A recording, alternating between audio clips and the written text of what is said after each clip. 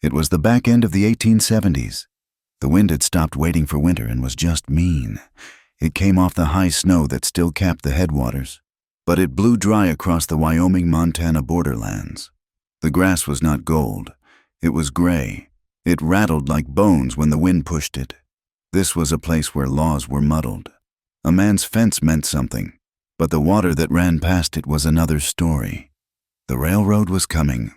That promise, or threat, made all the lines on the maps nervous. Chaska Red Elk rode with the wind at his back, but it did not feel like help. He was Oglala Lakota. He had worn the blue coat of a United States cavalry scout until it wore him out. He carried a stiffness in his left shoulder where the world had tried to break him. It was a wound from an ambush that played over in his mind when the light got bad, or when he was tired. He had a spirit that wanted to fly, but that memory was a heavy stone. He was done with uniforms and done with orders. He looked at his hands on the reins. They were strong hands, but they were empty. For years they had held a rifle, or a skinning knife, or the map of a patrol route. He had been good at it, too good. He had seen the way the officers looked at him, like a prized tool, a clever dog who could find the trail. He had taken their money. He had worn their blue. He had believed, for a time, in their lines on the map. The ambush had cured him of that. It had been a setup, a trade, his patrol for a few kegs of whiskey to the renegades they were supposed to be hunting. He knew it in his gut. The officer who sent him in, that captain with the pale eyes, had known. Chaska had been the only survivor. He had not just been wounded. He had been discarded. Now, he wanted to discard them, all of them, the white man's world and the Indian world.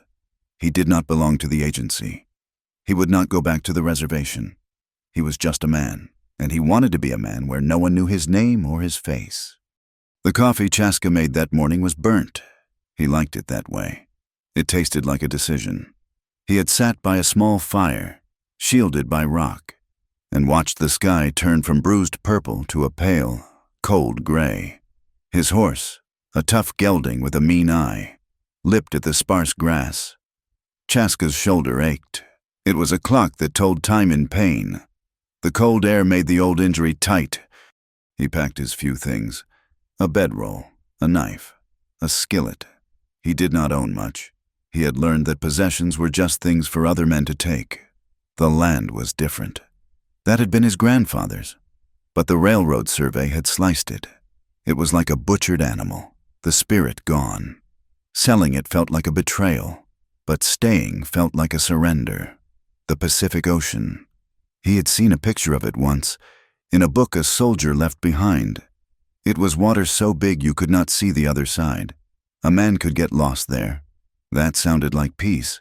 He mounted his horse. The leather was cold and stiff. He smelled the horse sweat, a sharp, honest smell. He turned the gelding toward Ash Fork. Miles south, Evelyn Hart was fighting her own war. She was 29 years old, a widow. Hart Creek was her land, or what was left of it. She was a practical woman. She kept her thoughts behind her eyes. She had pushed her small herd through 3 winters by herself, with her own hands. Her hands were hard. She knew cattle better than she had ever known her husband. That marriage had left its own scars, the kind that did not show on the skin but made a woman quiet and quick to move away from a raised hand. Her immediate trouble was the sky, and what it had done. The north half of her barn roof had given in to the snow load from a week past. It lay splintered, a broken wing. The bank in Ash Fork was making noises about foreclosure on her feed loan. Evelyn Hart hated debt. She hated owing any person anything, be it coin or kindness. She survived on grit, and the grit was wearing thin. Evelyn pulled her canvas coat tighter. The wind found every seam. She stood looking at the ruin of her barn. The collapsed roof looked like the bones of some great dead beast. Inside, her few cattle huddled together. 2 calves, thin and shivering. Her best mare, restless.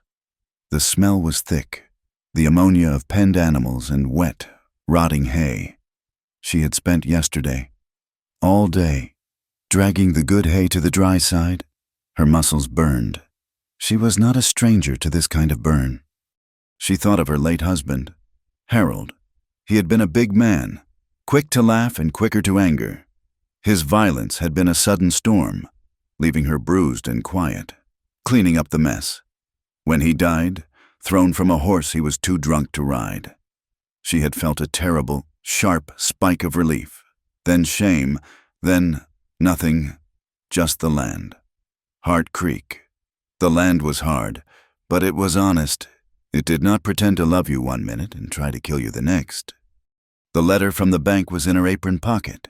It felt heavy as a stone. Silas Vance wanted this creek. He wanted the water. Everyone knew it. Vance was buying up prior appropriation claims, strangling the valley.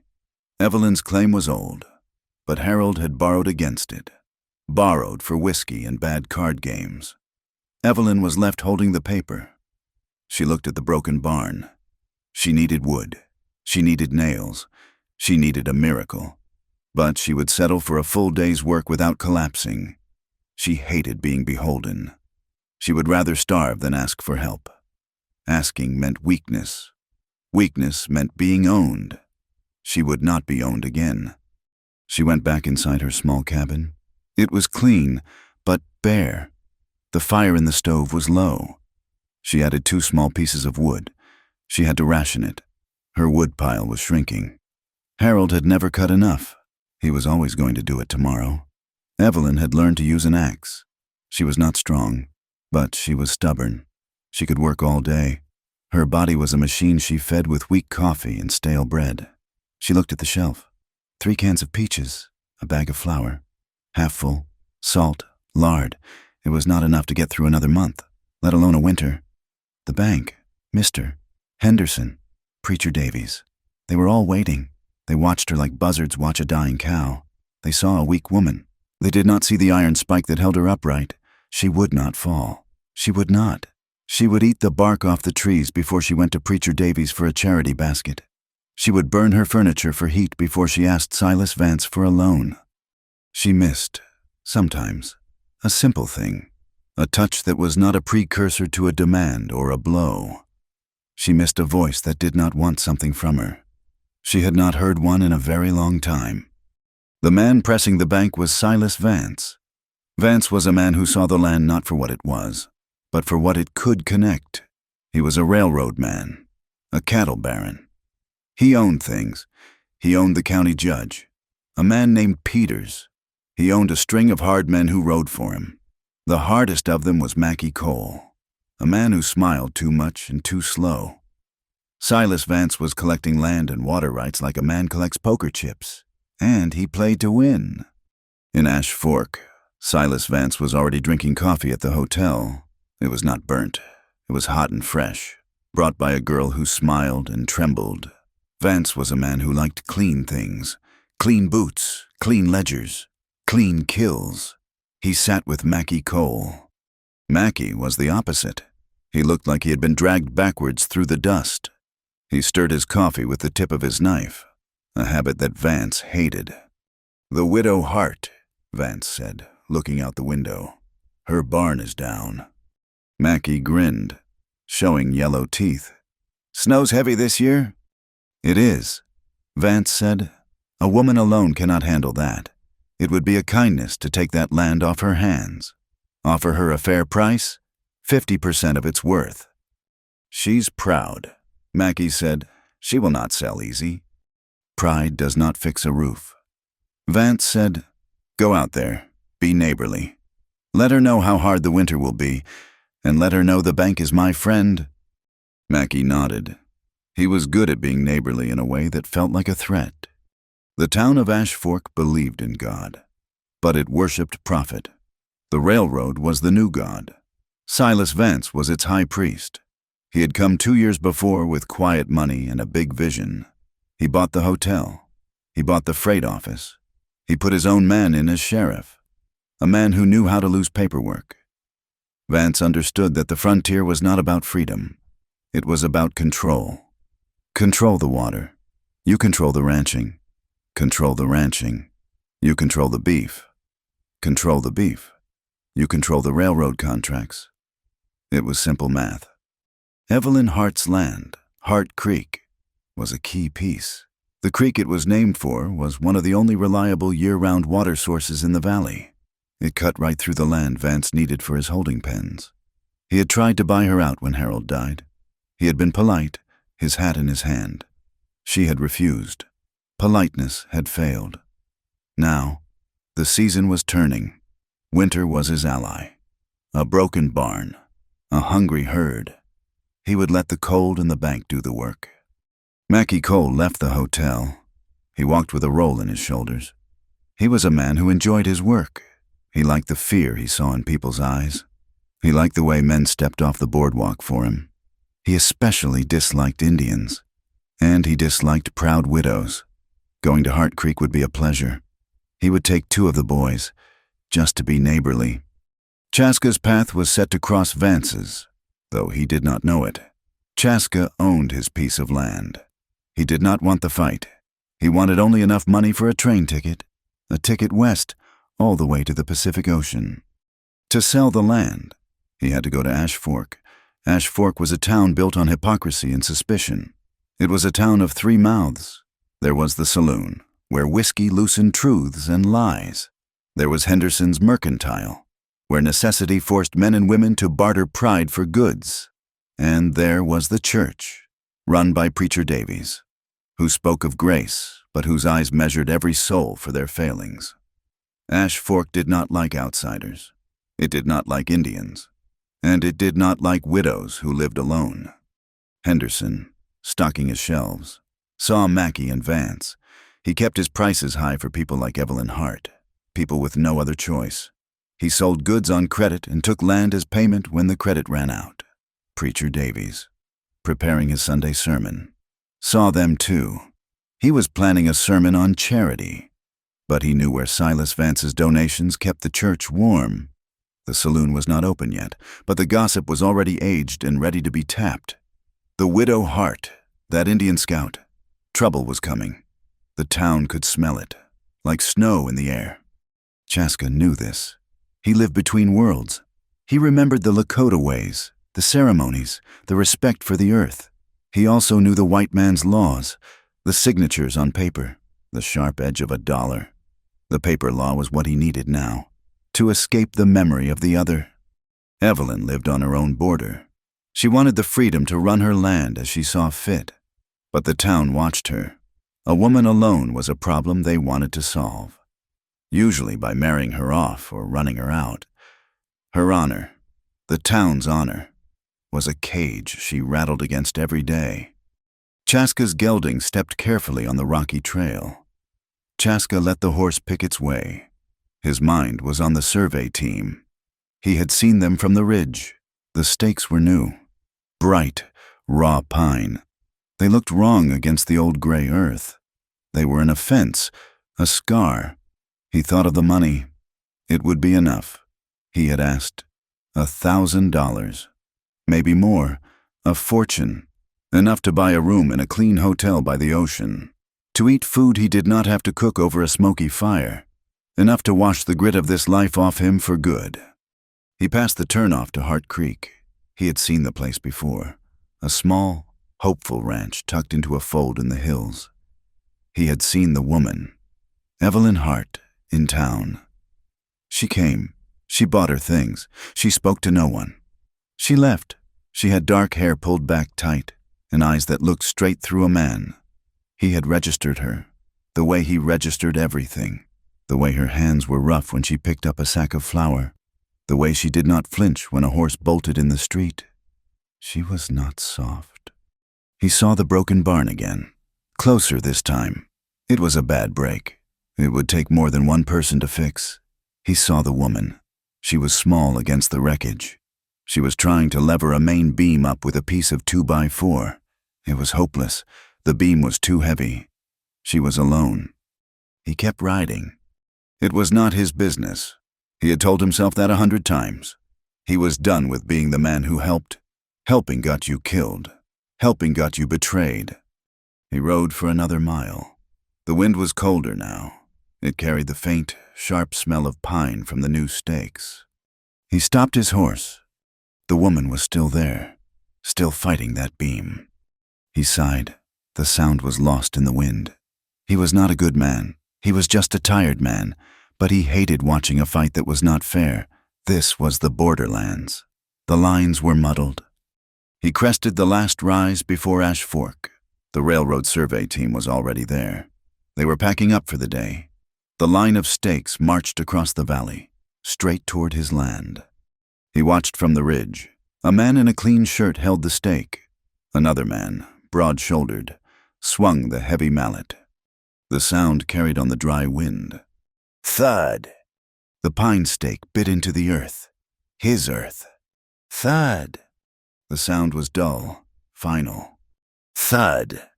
It was the sound of a hammer hitting a nail. It was the sound of a judgment being passed. It was the sound of a door closing. Chaska watched until they moved to the next marker. He closed his eyes for just a second, feeling the old ache in his shoulder, before he nudged his horse forward. The thud of the survey stake still echoed in his head when Chaska Red Elk rode his horse down the last incline. The trail to Ash Fork cut right past the entrance to Hart Creek. He had intended to pass it. Selling the land was a clean cut, a surgery. Getting involved in that woman's troubles would be like inviting an infection. He was done with infections. He was done with other people's fights. He saw the wreckage up close now. The north wall of the barn had not just collapsed. It had been torn open, its ribs exposed. The wind, gaining strength, whistled through the gaps. Inside, he could see the shapes of cattle huddled, their breath pluming. A gray mare, her eyes wide, kicked at the side of a stall. The woman, Evelyn Hart, was there. She was small against the disaster. She was straining against a long 2x4, trying to lever up a sagging roof beam that threatened to bring the rest of the structure down. It was a fool's errand. The beam was too heavy. The angle was wrong. She was going to get herself crushed. He slowed his gelding. He should keep riding. It was not his problem. The town, the papers, the ocean. That was his problem. Evelyn heard the hoofbeats. She stopped straining, letting the lever fall with a clatter. She was breathing hard. Sweat and grime streaked her face. Her dark hair was escaping its pins, whipping around her face in the wind. She looked desperate, but her eyes were not. They were furious. Chaska dismounted. He did not know why. He just did it. He dropped his bedroll by his horse's feet. Evelyn Hart did not see an Indian. She did not see a savior. She saw a man, broad in the shoulders, with hands that looked capable. She did not have time for courtesy. She did not have time for pleading. The beam groaned above her. "Hold this beam," she ordered. Her voice was rough, raw from the wind and exertion. "Hold it, or these calves freeze to death by morning." Chaska stopped. He had been given orders his whole life. Orders from Lakota war chiefs as a boy. Orders from blue-coated captains as a man. He had been pleaded with. He had been threatened. He had been scorned. He had never, in all his years, been given a direct, practical command by a lone white woman who looked like she was 10 seconds from total ruin. There was no pleas. There was no fear in her voice. It was just a statement of fact. A job that needed doing. The equality of it shocked him more than a drawn gun would have. He did not answer. He walked past her, ducking under the broken lintel into the cold, animal-smelling dark of the barn. He sized up the beam. He could see where it was failing. He turned, put his good right shoulder under the massive timber, and pushed. He straightened his legs. The wood was immensely heavy. It resisted. He felt the muscles in his back and thighs strain and lock. The beam lifted, just an inch, but it was enough. It stopped groaning. "The brace," Evelyn said, scrambling for the piece of wood she had been trying to use. "I need to wedge it." She was about to shove it into place when the sound of more horses made her freeze. Chaska, his body locked against the beam, could not turn. He heard the jingle of spurs, the creak of leather. "Well now, look at this." The voice was slow, oily, and full of false pleasure. Chaska did not need to see. He knew that voice. Mackie Cole. Evelyn stepped back into the light of the doorway. 3 men sat on their horses, framed against the darkening sky. Mackie Cole was in the center, a grin splitting his face. The 2 men with him looked bored and mean. They were Vance's men. Mackie dismounted slowly, letting his reins trail in the dirt. He walked toward Evelyn, his eyes taking in the broken barn, the shivering cattle, and then, with a flicker of contempt, Chaska. He ignored him, turning his full attention back to the woman. He tipped his hat in a mockery of politeness. "Ms. Hart, a genuine pity. Looks like you got a spot of trouble here." He gestured with his chin at the ruin. "Winter's long. A woman alone. Well." He let the pause hang in the air, heavier than the beam Chaska was holding. "Mr. Vance, he's a generous man. He was just saying this morning how he'd hate to see you suffer. He'd be willing to take this burden clean off your hands. Cash money, right now. Save you the heartache." Chaska did not move. He did not speak. He kept his gaze fixed on the grain of the wood 6 inches from his face. His position was purely by chance, but it was a potent one. He was inside the barn, in the shadows. Mackie was outside, in the dying light, and Chaska was physically, undeniably, between Mackie Cole and Evelyn Hart. Mackie's men shifted in their saddles. They saw the Indian scout. They saw the way he was holding up the roof. They did not like it. Chaska, his shoulder burning, let his free hand drop. It brushed against a claw hammer lying in the dirt near his boot. He picked it up. He held it loosely, his thumb resting on the metal head. He was just a carpenter, holding a tool. He did not look at Mackie. He did not acknowledge his presence. He just held the beam. The air in the barn tightened. It was no longer cold. It was electric. Mackie's smile faltered. He wanted Chaska to speak, to challenge him, to give him a reason. Chaska said nothing. Evelyn Hart stepped forward, out of the barn's shadow. She wiped her dusty hands on the legs of her canvas trousers. Her voice was level, and it cut through the wind. "Mr. Cole, you can tell Mr. Vance my heartache is not for sale." She was not yelling. She was simply stating a fact. She pointed a hard, stained finger toward the creek, barely visible in the gully. "My water rights are prior appropriation. That stream touches my banks before it ever sees an inch of Vance's land. That's the custom. And that's the law." Mackie Cole threw his head back and laughed. It was a dry, ugly sound. "Custom," he scoffed, spitting a brown stream of tobacco juice near her boot. "Darlin', custom is whatever the man with the most rifles says it is. And law, the law is in Judge Peters' pocket. And Judge Peters, he is in Mr. Vance's pocket." He took a step closer. "You are holding a losing hand, Ms. Hart, a real losing hand."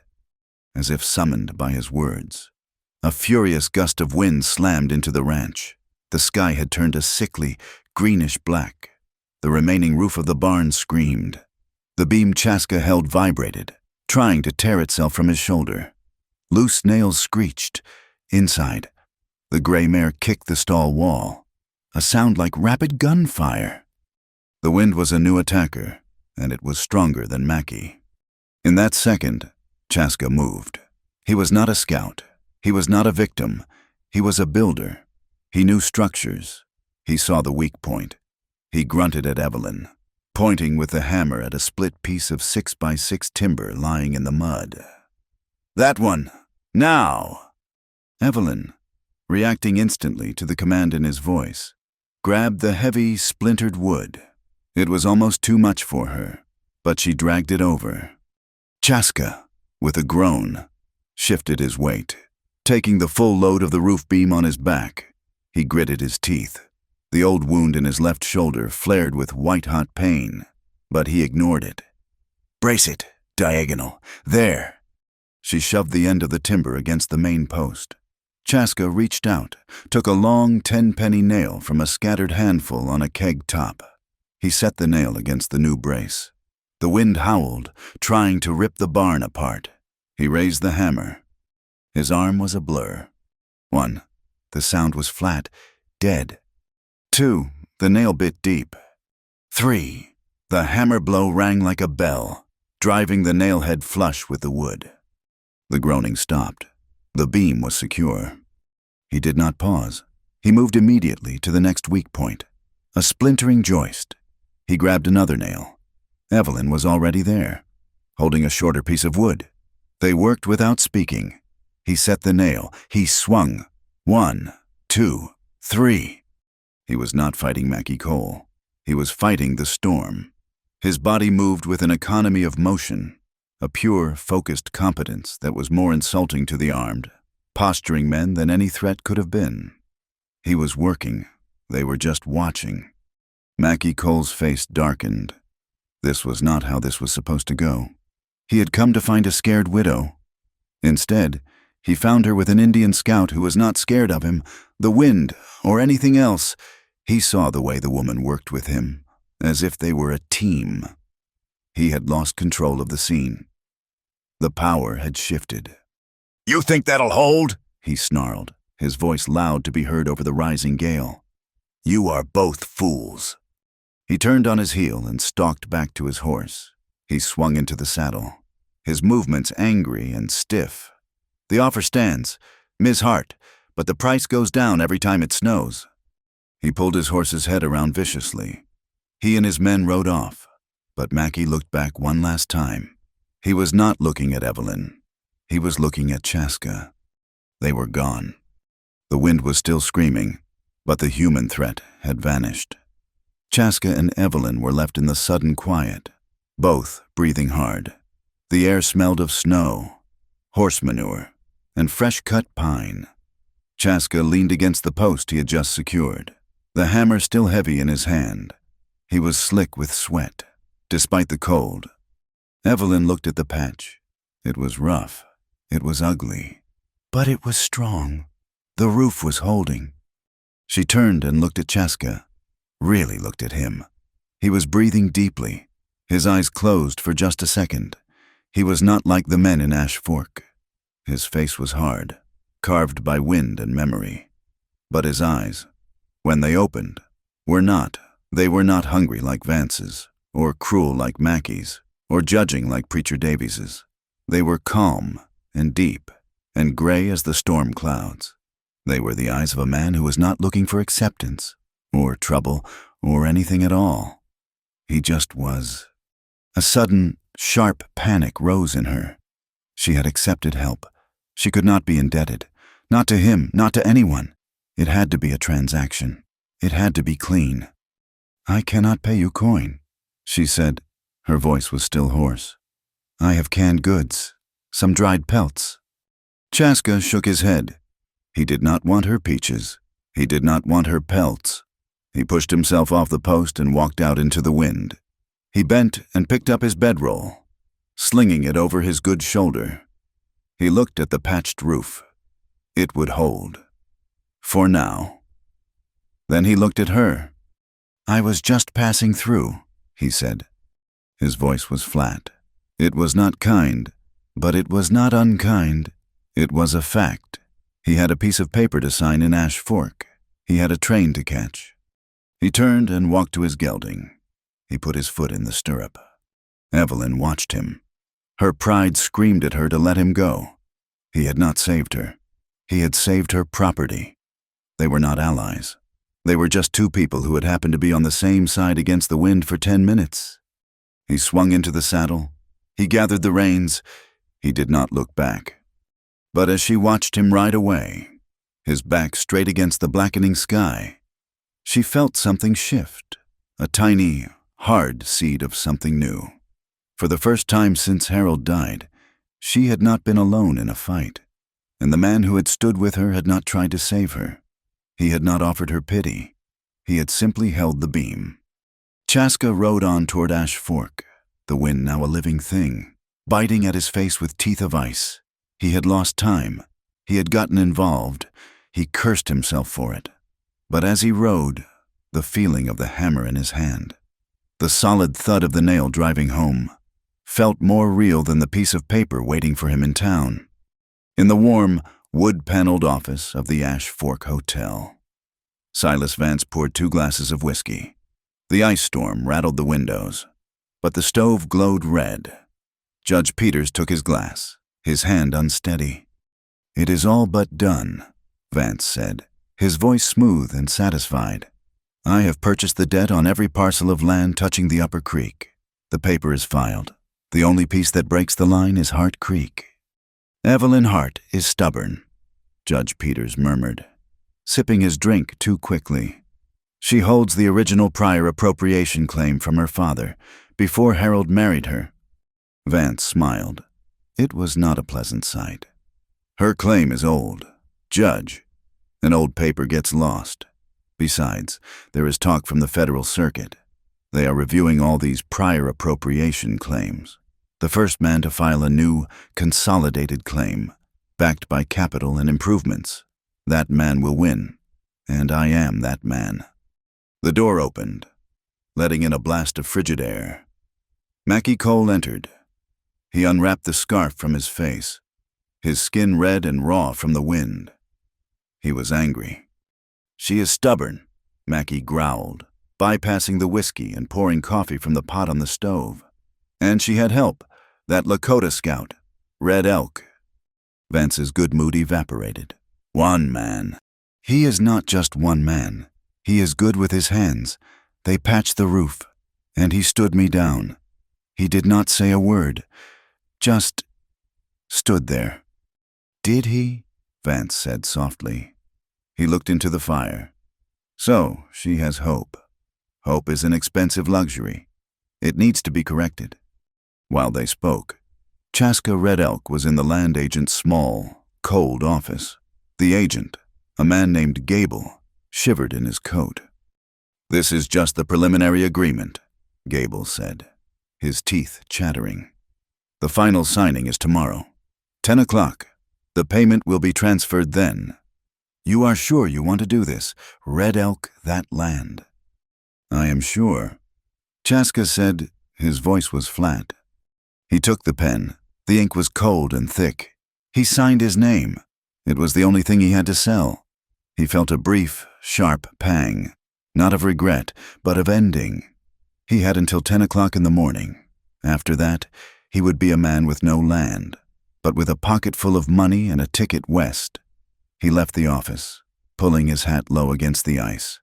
He would spend the night at the way station stable, east of town.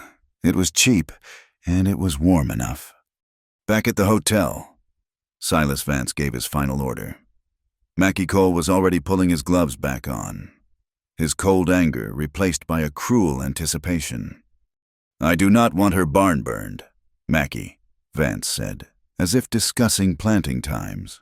"I do not want her cabin touched. That is clumsy. I want you to teach her a lesson about winter, her grazing pasture, the tall grass she was saving for her herd. I want you to burn it. Burn her winter feed. The wind is perfect. Let her stand on her porch and watch it turn to ash. That is a lesson she will understand."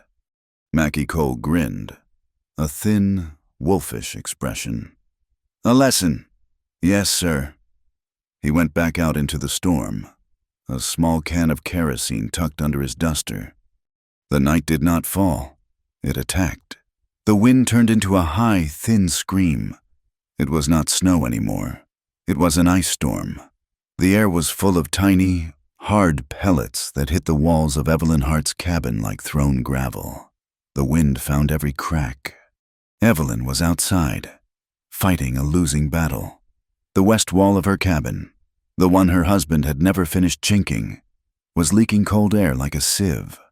She was trying to nail a heavy canvas wagon cover over the logs. The wind was a solid, invisible giant, ripping the canvas from her frozen hands. It slammed the heavy cloth into her face, stealing her breath, knocking her back. She was alone. She was failing. The cold was a physical, pressing weight, and it was winning. She felt a moment of pure, black despair. She would not freeze to death. She would just fail, and the bank would take the land, and it would all have been for nothing. Chaska was on the trail to the way station. His head was down. His gelding walked with a slow, careful gait on the treacherous, ice-slicked ground. He was thinking of the money. He was thinking of the ocean. He was trying not to think about the woman with the furious eyes. He smelled it before he saw it. It was the wrong smell for an ice storm. It was not pine or snow or cold earth. It was kerosene, and it was dry grass. He stopped his horse. The gelding tossed its head, nervous. Chaska turned his face to the wind. Sniffing, he looked southwest, back toward Hart Creek. The air was a swirling black madness of ice, but through it, he saw a low, hungry orange line. It was running along the ridge above her valley, pushed by the gale. It was moving fast. It was aimed directly at her cluster of buildings. He sat on his horse, a statue in the storm. The way station was ahead. Warmth, safety. Ash Fork was behind. The signed paper, the end of his life here. Hart Creek was to his left. The beam, the hammer, the woman. He cursed, a single harsh Lakota word that the storm tore from his mouth. He pulled his horse's head, turning him off the trail, forcing him back toward the fire. He arrived just as the first burning tumbleweed, pushed by the wind, cartwheeled into the ranch yard. The main fire was a low, fast-moving carpet of flame, eating the frozen grass. Evelyn had seen it. She had dropped the canvas and was in the barn, fumbling with the latch on the mare's stall. "They will run into the fire," Chaska bellowed over the roar of the wind. He was off his horse before it had fully stopped. "They will burn in here," she screamed back. The wind was driving sparks onto the roof. The new patch was holding, but the old, dry shingles nearby were catching. A sudden, violent gust hit the barn. The structure groaned in protest. One of the main roof beams, a massive timber they had not braced, cracked. The sound was like a rifle shot. It split, and it began to fall, right where Evelyn was trying to calm the panicking mare. She looked up. Her face was a pale mask of terror in the flickering, orange light. Chaska did not think. He launched himself across the few feet that separated them.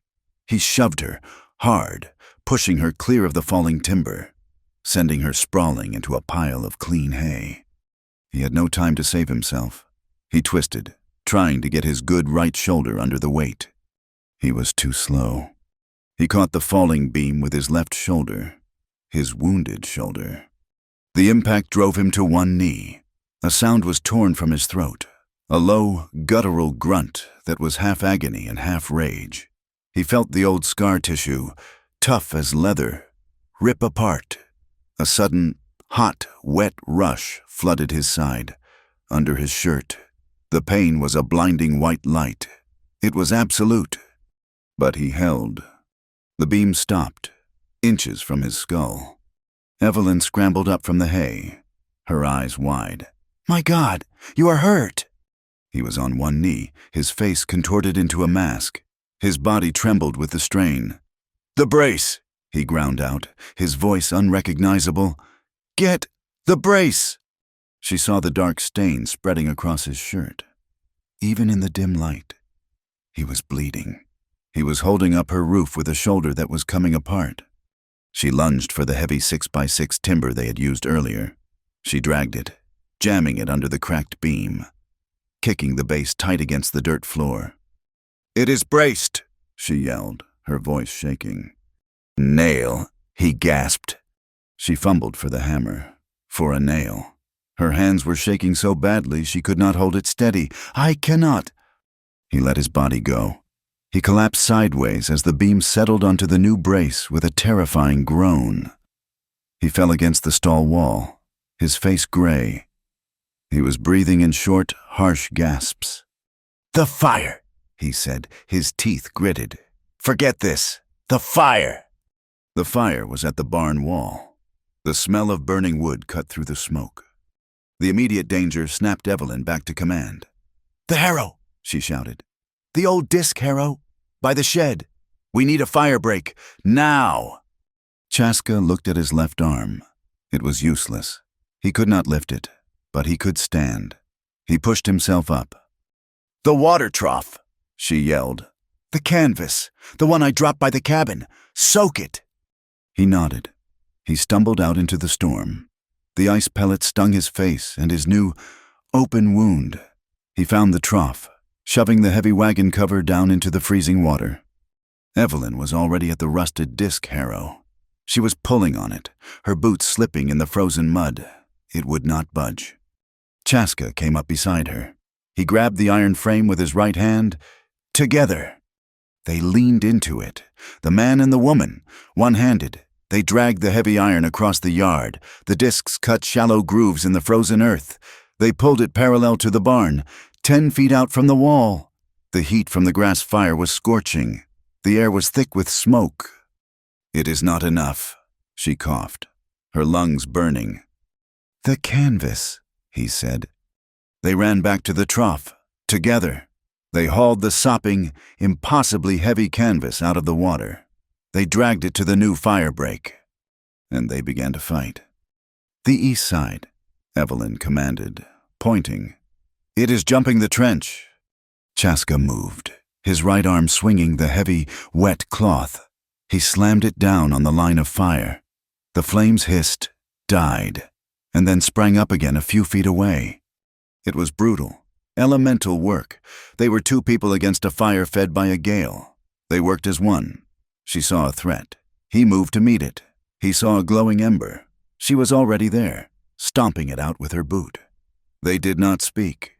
They moved in a grim, exhausting rhythm. For an hour, or maybe it was a lifetime, they fought the fire and the wind and the ice. The smoke seared their lungs. The water froze on their clothes. Chaska's shoulder was a roaring furnace of pain, but he did not stop. He moved on pure, burning instinct. And then, as suddenly as it had begun, the wind died. It did not just lessen. It stopped. The air became utterly still, heavy and cold. The ice pellets turned to large, soft, wet flakes of snow. The fire, starved of the wind, choked. It hesitated. It flickered. They stood over the last patch of burning grass. Together, they beat it with the canvas. Once, twice. It was out. The world went silent. The only sounds were the soft, gentle fall of the snow, the nervous shifting of the animals in the barn, and the ragged, desperate sound of 2 people gasping for air. They stood in the blackened, smoking, frozen field. They were 6 feet apart, their breath plumed in the frigid air, rising, mingling in the space between them, and disappearing. Chaska dropped his end of the canvas. He bent over, his one good hand on his knee, trying to breathe. Evelyn looked at him. He was covered in soot, mud, and his own blood. The entire left side of his shirt was soaked dark red. A boundary, a hard, clear line that had existed between them. It was gone, burned away. He was not an Indian. She was not a white woman. They were just the 2 people who had not burned. Chaska straightened, his movement stiff and pained. He turned, without a word, and began to walk toward his horse. "Wait," Evelyn said. Her voice was quiet, hoarse. He stopped, his back to her. "You cannot ride," she said. "You are bleeding. You will die." "I will be fine," he said. His voice was strained. He wanted to leave. This was too much. This was not his fight. He had signed the paper. "Do not be a fool," she said. Her voice was not kind. It was practical. "You will freeze before you reach the way station, or you will fall. I will not have another death on my conscience." He did not answer. She walked up to him, stepping over the blackened grass. She stood close, looking at the ruin of his shoulder. "Come to the cabin. I have bandages. I have whiskey." "No," he said. "I am leaving." She looked at his face. She saw the pain, but under it, she saw the stubborn pride of a man determined to be alone. It was a pride she knew. It lived in her own mirror. "I will not argue with you," she said. "The cabin is cold. The fire is almost out." She looked toward the barn. But the animals are warm. Stay in the hayloft. It is warm. He hesitated. The pain was making him dizzy. The thought of climbing onto his horse, of riding into that black, freezing night. Stay, she said again. It was not a plea. It was not a request. It was an order. The same tone she had used when she told him to hold the beam. It is warm. Stay. He looked at her face, streaked with soot, her hair matted with ice. She looked as broken and as strong as the barn they had just saved. He gave a single sharp nod. He followed her into the dark, animal-smelling warmth of the barn. She pointed to the wooden ladder that led up to the loft. He looked at the ladder. He looked at his useless left arm. He put his good hand on the rung and began, painfully, to climb. He woke to the smell of hay and old leather, and a pain so deep it felt like it had replaced his bones. Chaska Red Elk did not move for a full minute. He lay in the dusty gold light of the hayloft, listening. He heard the low, content blowing of the horses below. He heard the scrape of a metal shovel on frozen earth. He sat up. The movement sent a wave of sickness and fire through his left side. He looked down. His shirt was a stiff, black-red ruin. Through a tear, he could see the mangled flesh of his shoulder. It was ugly. The ladder creaked. Evelyn Hart's head appeared. She was carrying a bucket of steaming water in one hand and a strip of clean cloth in the other. She did not ask him how he felt. She did not offer sympathy. She climbed the last rung, set the bucket down, and looked at his shoulder with a practical, assessing gaze. "That is bad," she said. "I have had worse," he lied. "You will lose the arm if it gets infected," she said, just as flatly. She dipped the cloth in the hot water. "This will hurt." She was right. When the hot, wet cloth touched the open wound, he hissed and his whole body went rigid. But he did not pull away. He let her clean it. Her hands were not gentle. They were firm and sure and efficient. She washed away the clotted blood and hay dust, her face grim with concentration. He could see the ripped scar tissue from the old army bullet and the new, raw trench the beam had torn through it. She finished and wrapped his shoulder tightly with a fresh bandage, pulling it hard. "It will hold you, for now." She stood up. "I cannot pay you for last night." "I did not ask for pay," he said, his voice rough. "I know." She looked around the barn. At the new damage from the fire, the cracked beam, the scorch marks. There is work. There it was. Not gratitude, not debt, work. He understood that. He slowly, painfully, got to his feet, his good right arm taking his weight against a post. The morning was not about what had been lost. It was about what could be saved. There was no thank you. There was no talk of owing. There was only the job. They started with the burned section of the wall. The first task was salvage. Every nail, every piece of wood that was not completely charred, was a resource. Chaska, one-handed, was surprisingly effective. He worked a rusted pry bar with his right arm, bracing the wood with his boot. He showed Evelyn how to pull a bent nail out backwards, so it could be straightened on a flat stone and used again. She watched, learned, and then did it herself. She was a fast learner. In turn, she taught him. She showed him how the ice formed thickest on the north-facing branches, a compass in the dead of winter. She pointed to the way the wind, even on a calm day, eddied and dropped dry leaves in one specific corner of the yard.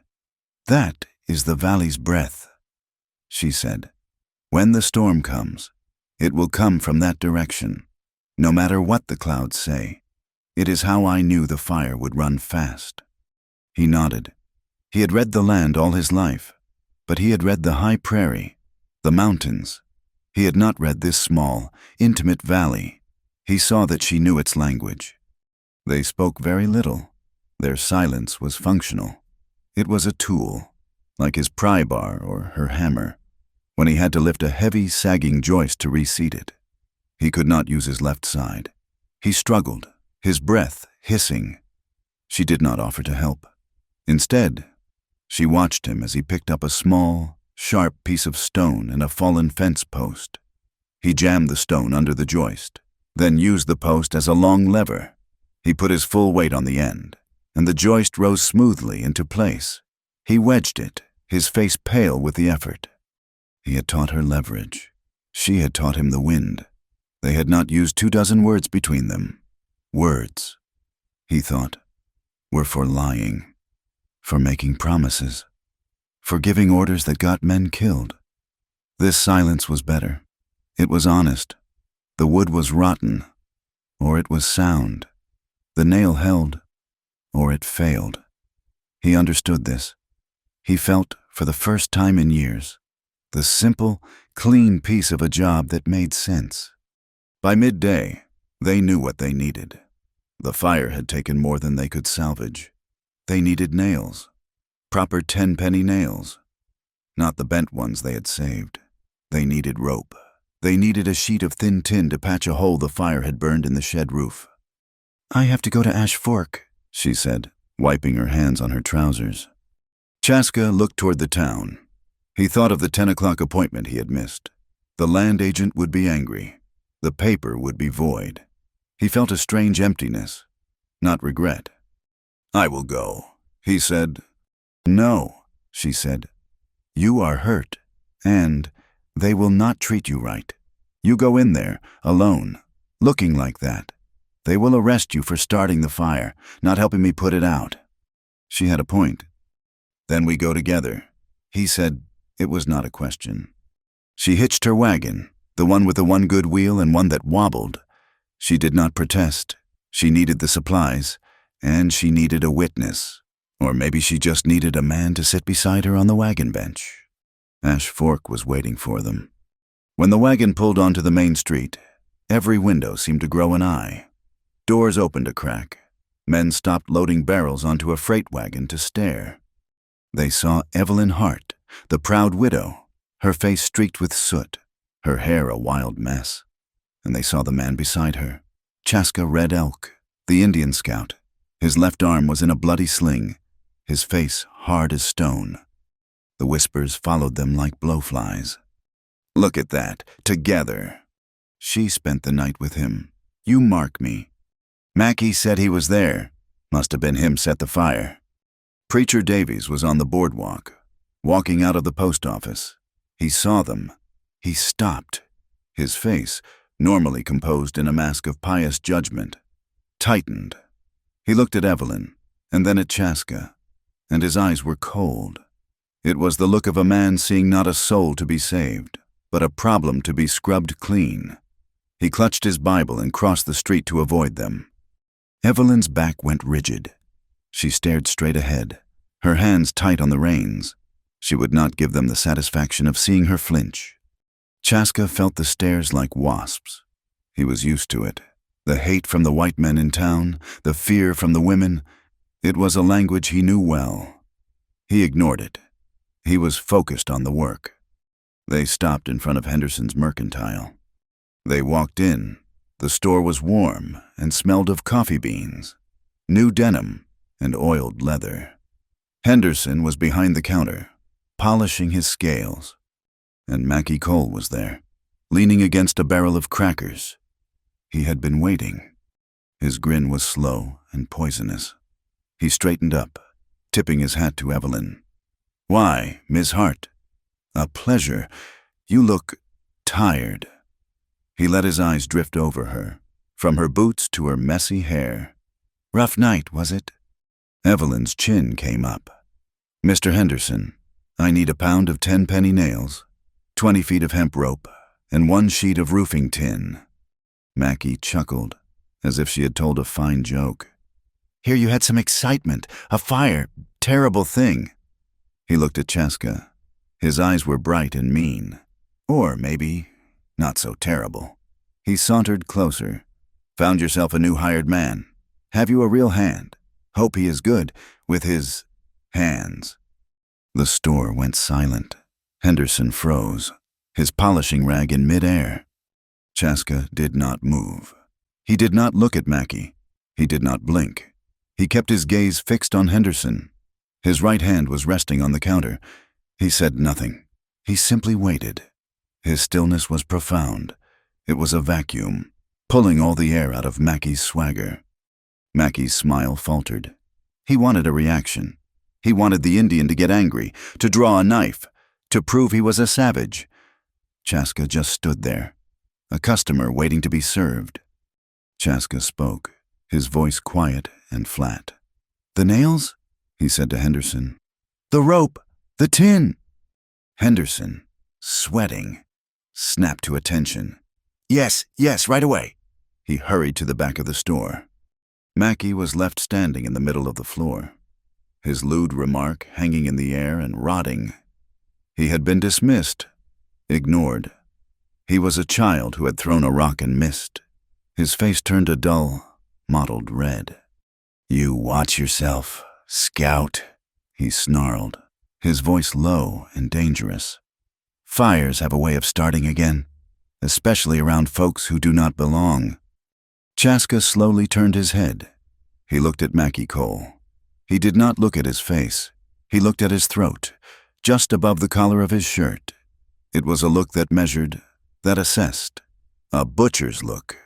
Then, he turned back to the counter as Henderson returned with the goods. Mackie Cole, his threat unanswered, his position lost, stalked out of the store, his spurs ringing with his anger. They paid. Henderson would not meet Evelyn's eyes. He just took the money, her last few dollars. They rode back in silence. The wagon wheel wobbled. The sun was low, turning the sky a pale, cold yellow. The silence from the morning, the silence of work, was gone. This was a new silence, filled with the things that had just happened. The whispers, the hate, Mackie's threat. As the ranch came into view, the smoke rising from their burned field like a ghost, Evelyn finally spoke. Her voice was quiet. "You missed your appointment this morning, 10 o'clock. He kept his eyes on the road. "I know.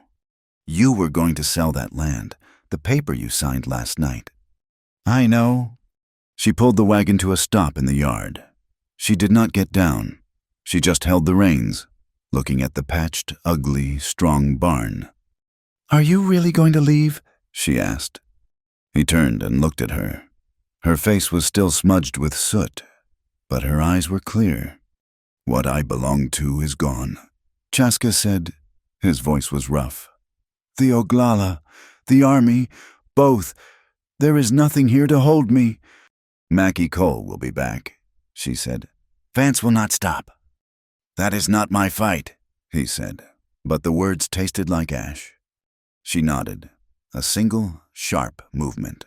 She understood. She got down from the wagon. He got down, his body stiff, and began to unhitch the horses. That night, they did not stay in the barn. The air was too cold. The cabin was small, but the stove was hot. She made coffee, black and bitter. She had a piece of cornbread left. She broke it in half and handed him a piece on a tin plate. They sat at her small, scarred table. The wind moaned outside, but the cabin was secure. They ate the cornbread. They drank the coffee.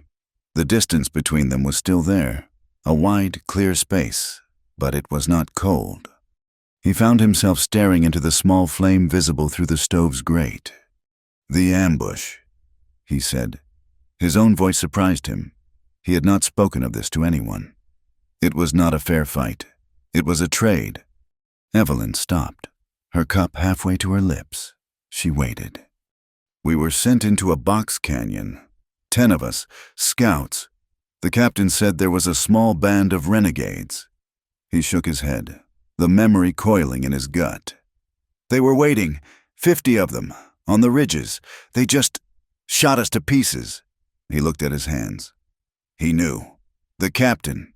He traded us, 10 scouts, for a guarantee the railroad survey teams would be left alone." He stopped. He was back there. He could smell the gunpowder and the blood. Evelyn did not speak for a long time. She did not say, "I am sorry." She did not say, "That is terrible." She did not ask who the captain was. or what he did next. She just sat with him, in the quiet, and accepted the story. She accepted his pain without trying to take it from him. "You were the only one who lived," she said. It was not a question. It was a statement. "I was," he said. She nodded. She pushed the last small piece of her cornbread across the table toward his plate. He looked at the cornbread. He looked at her. He saw a woman who knew what it was to be ambushed. He saw a woman who knew what it was to be the only one left standing. He did not take the bread, but he nodded. A seed of respect, a recognition of an equal autonomy, had been planted in the burned, frozen ground. He did not know if love could grow in such a soil, but if it did, he knew it would not be the kind that binds. It would have to be the kind that stands side by side. It took 2 more days of relentless work. The third night found them driving the last nail into the tin patch on the shed roof. They had worked from the first gray light until the sky turned a deep, bruised purple. The temporary roof on the barn, their first repair, was holding firm against the wind. The animals were quiet, fed, and secure in the patched structure. The wind had returned, not the shrieking violence of the ice storm, but a high, lonely moan that promised a long, hard winter. The cold was a physical wall waiting just outside the small circle of their lamplight. They ate in the cabin again. It was a thin soup, mostly broth and a few potatoes. But it was hot. The silence between them was different from the night before. His story, the half-told story of the ambush, hung in the small, warm space.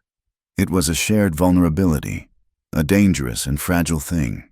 After they ate, Evelyn washed the 2 bowls and the single pot, her movements economical.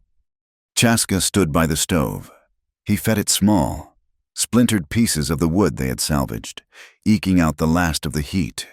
His wounded shoulder was a constant, dull fire, but the relentless work had kept the worst of the stiffness at bay. He was staring into the small, bright flames through the grate. Evelyn paused, her hands in the hot dishwater. She looked at his back. He was broad, solid. He was a man of the high ridges, of wind and open spaces. He looked trapped in her small, clean cabin. "I am going to check the animals," she said, her voice quiet. He nodded, not turning. "I will sleep in the loft. It is warmer there." "Yes," she said. She dried her hands on a scrap of cloth, then pulled on her heavy canvas coat. She picked up the lantern, the globe freshly cleaned. He followed her out. The cold hit them both like a slap in the face.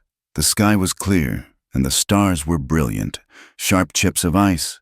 The wind cut at any exposed skin. He pulled his collar tighter. He watched her check the latch on the small chicken coop, her movements sure, then walked to the barn. He followed her into the dark, animal warmth. The gray mare nickered softly, recognizing her. Evelyn went into the stall, running a hand down the mare's flank, her movements slow and calming. The cattle shifted in the darkness. Chaska looked at the ladder. He had planned to sell his land and leave. That plan was still there, a cold, hard stone in his gut. He had missed his appointment. Gable, the land agent, would be angry. He would have to ride back to Ash Fork tomorrow, or the next day. He would have to make an excuse. He would have to sign the paper again. The ocean was still calling. It was a vast, blue emptiness that promised peace. He owed this woman nothing. The work was done. The barn would stand through the winter. He had stayed. He had helped. His shoulder was healing. He was strong enough to ride. He should leave. He should leave tonight, while she was in the stall. He put his good hand on the ladder rung. "Wait." Her voice came from the shadows by the stall. He stopped, his hand on the wood, but he did not turn around. He heard the soft scrape of the stall's gate. He heard her footsteps in the straw, coming up behind him. He could feel her presence at his back, a small point of heat in the cold barn. "Chaska," she said. He turned, slowly. Evelyn Hart stood in front of him. She had pulled the pins from her hair. It fell around her shoulders, dark and thick, a shadow against the rough, worn canvas of her coat. The lantern light, low and golden, caught the deep exhaustion in her eyes, but it also caught something else, a fire, a decision. She was not the soot-streaked woman from the fire. She was not the grim-faced widow in Henderson's store. She was someone else, a person he had not seen before. She looked at his chest, then at his mouth, then met his eyes. Her gaze was direct, unflinching. It was the same look she had in her eyes when she had ordered him to hold the beam. He planned to sell his land and leave. She whispered. It was not a question. It was a line from a story she was reading in his face. That is what you are thinking. Is it not? Tomorrow, you will go. He could not lie to her. He did not deny it. I have to, he said. His voice was rough. I know. She took a small step closer. He was very still. He could smell the clean, cold air on her hair, and the faint, womanly scent of the soap she used. I told you I would not have another death on my conscience. I will not have another regret on it, either. Before he could process what she meant, she reached up. Her hands, calloused and hard from work, did not touch his wounded shoulder. Her right hand went to his good shoulder. Her left hand cupped the back of his neck, her fingers tangling in his hair. She pulled herself up, standing on her toes, and she kissed him. It was not a soft kiss. It was a kiss of decision. It was desperate and strong, and full of the winter's cold and a deep, buried heat. It was the kiss of a woman who had been starving for a touch that was not a blow, a touch that was not a demand. It was a claim. He was frozen. Shock held him rigid. His mind was a riot of ambushes and train tickets, and the cold, vast peace of the ocean. She pulled back, just an inch. Her eyes were dark, searching his. Her breath was a white plume between their faces. I do not need saving, she said, her voice a low, rough command. He had to bend his head to hear her. I am so tired of being saved. I am tired of surviving. She pulled his head down to hers again, her grip tightening in his hair. I need to be living, just for one night. I need to live. He did not respond. He could not. She mistook his stillness for rejection. He felt her hands falter. The fire in her eyes died, replaced by a swift, deep, and familiar shame. She let go, her hands dropping. She started to step back. I'm sorry, I should not have. He did not let her finish. He did not let her retreat. His good right arm, the one that had swung the hammer and dragged the harrow, moved. It circled her waist, pulling her hard against him, lifting her clean off her feet. He silenced her apology with his own mouth. This kiss was not a decision. It was a surrender. He tasted the cornbread and the bitter coffee. He tasted her loneliness, and it tasted like his own. He kicked the barn door shut with his boot. The heavy bar dropped into its slot, plunging them into near darkness, lit only by the low, golden lantern she had set by the ladder. He did not carry her. He just held her, walking her backwards until her back was against the rough, warm wood of the mare's stall. The horse shifted, her bells jingling, a soft counterpoint to the wind. He was a man of action, not words. His touch was not gentle, it was sure. His right hand went to the buttons of her heavy coat. She was trembling. Or maybe he was. She broke the kiss, gasping for air, burying her face in the curve of his neck. He felt her breath, hot and sharp, against his cold skin. The loft, she whispered. He looked at the ladder. He looked at his arm, bound tight to his chest. I cannot. Yes, you can, she said. She pulled away from him. She took the lantern, and she climbed, her movements fluid. She did not look back to see if he was following. She trusted him to. He followed. He pulled himself up, wrung by painful, agonizing wrung. His good arm did the work of two. His wounded shoulder screamed, a blinding white fire. He gritted his teeth and ignored it.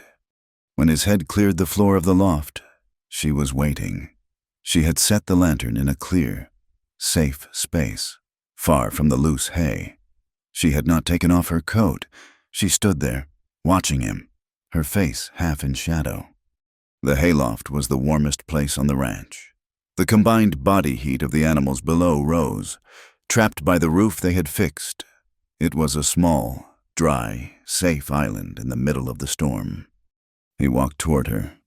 The world, for Chaska, had been sharp edges, rock, ice, knives, memories. The world, for Evelyn, had been impact, a fist, a falling beam, a bank's demand. When he reached for her, and she reached for him, it was not about softness. It was about finding a place to rest the armor.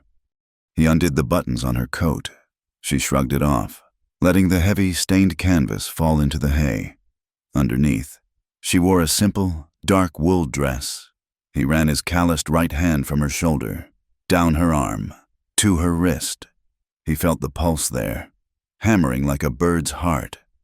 He touched the side of her face, his thumb tracing the line of her jaw. She flinched. It was a tiny, involuntary movement, an old, ingrained reflex from a different man's touch. He stopped his hand. He did not pull it away. He just held it still, letting her get used to the weight of it, the simple fact of its presence. She saw his stillness. She saw he was not demanding. He was waiting. She leaned into his touch, her eyes closing, a long, shuddering breath escaping her. She kissed his palm. She reached for him, her hands moving to the ruined, bloody bandage on his shoulder. She touched it, her fingers light as a moth. "This is my fault?" she whispered. "No," he said. His voice was rougher than he intended. "It was the beam." "You were leaving," she said. "If I had not—" "I was," he said. She began to unbutton his shirt, the clean one she had washed for him. Her fingers fumbled slightly. He helped her, his good hand working the buttons. She pulled it gently over his good shoulder, then eased the bloody, stiff fabric off his wounded one. He stood, exposed to the waist in the cold air. She looked at the raw, torn flesh of his wound. She looked at the old, puckered scar beneath it. Then she leaned forward and pressed her lips, warm and soft, to the uninjured skin just beside the wound. It was not a kiss of passion. It was a benediction, an acceptance of the damage.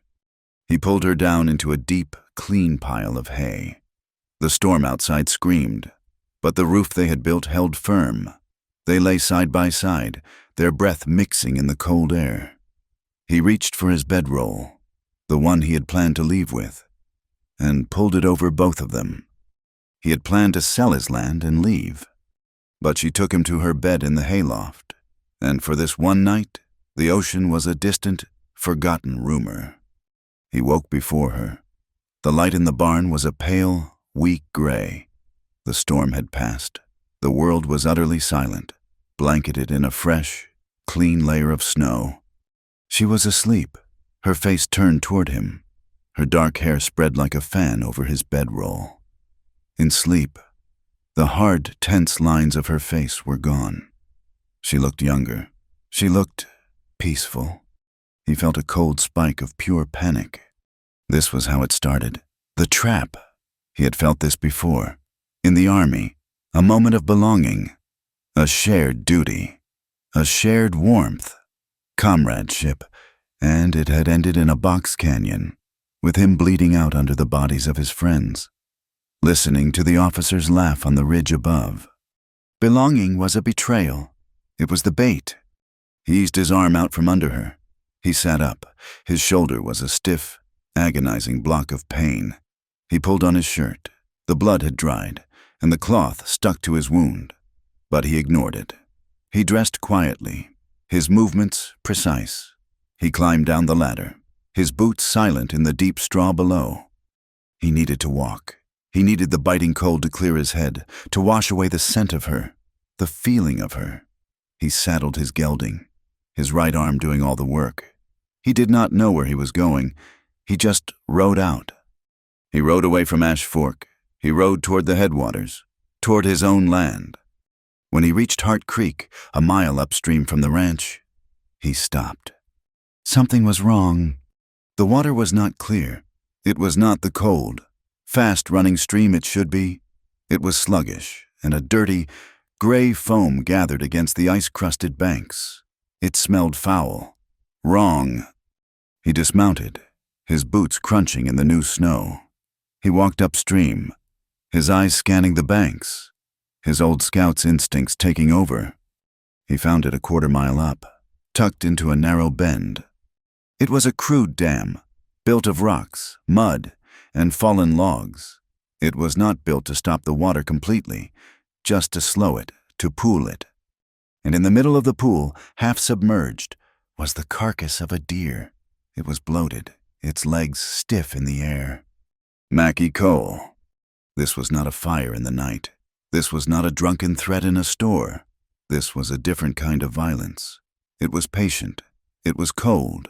It was designed to poison, to foul the water so Evelyn's cattle could not drink, to make her land unlivable. This was Silas Vance's answer to her defiance.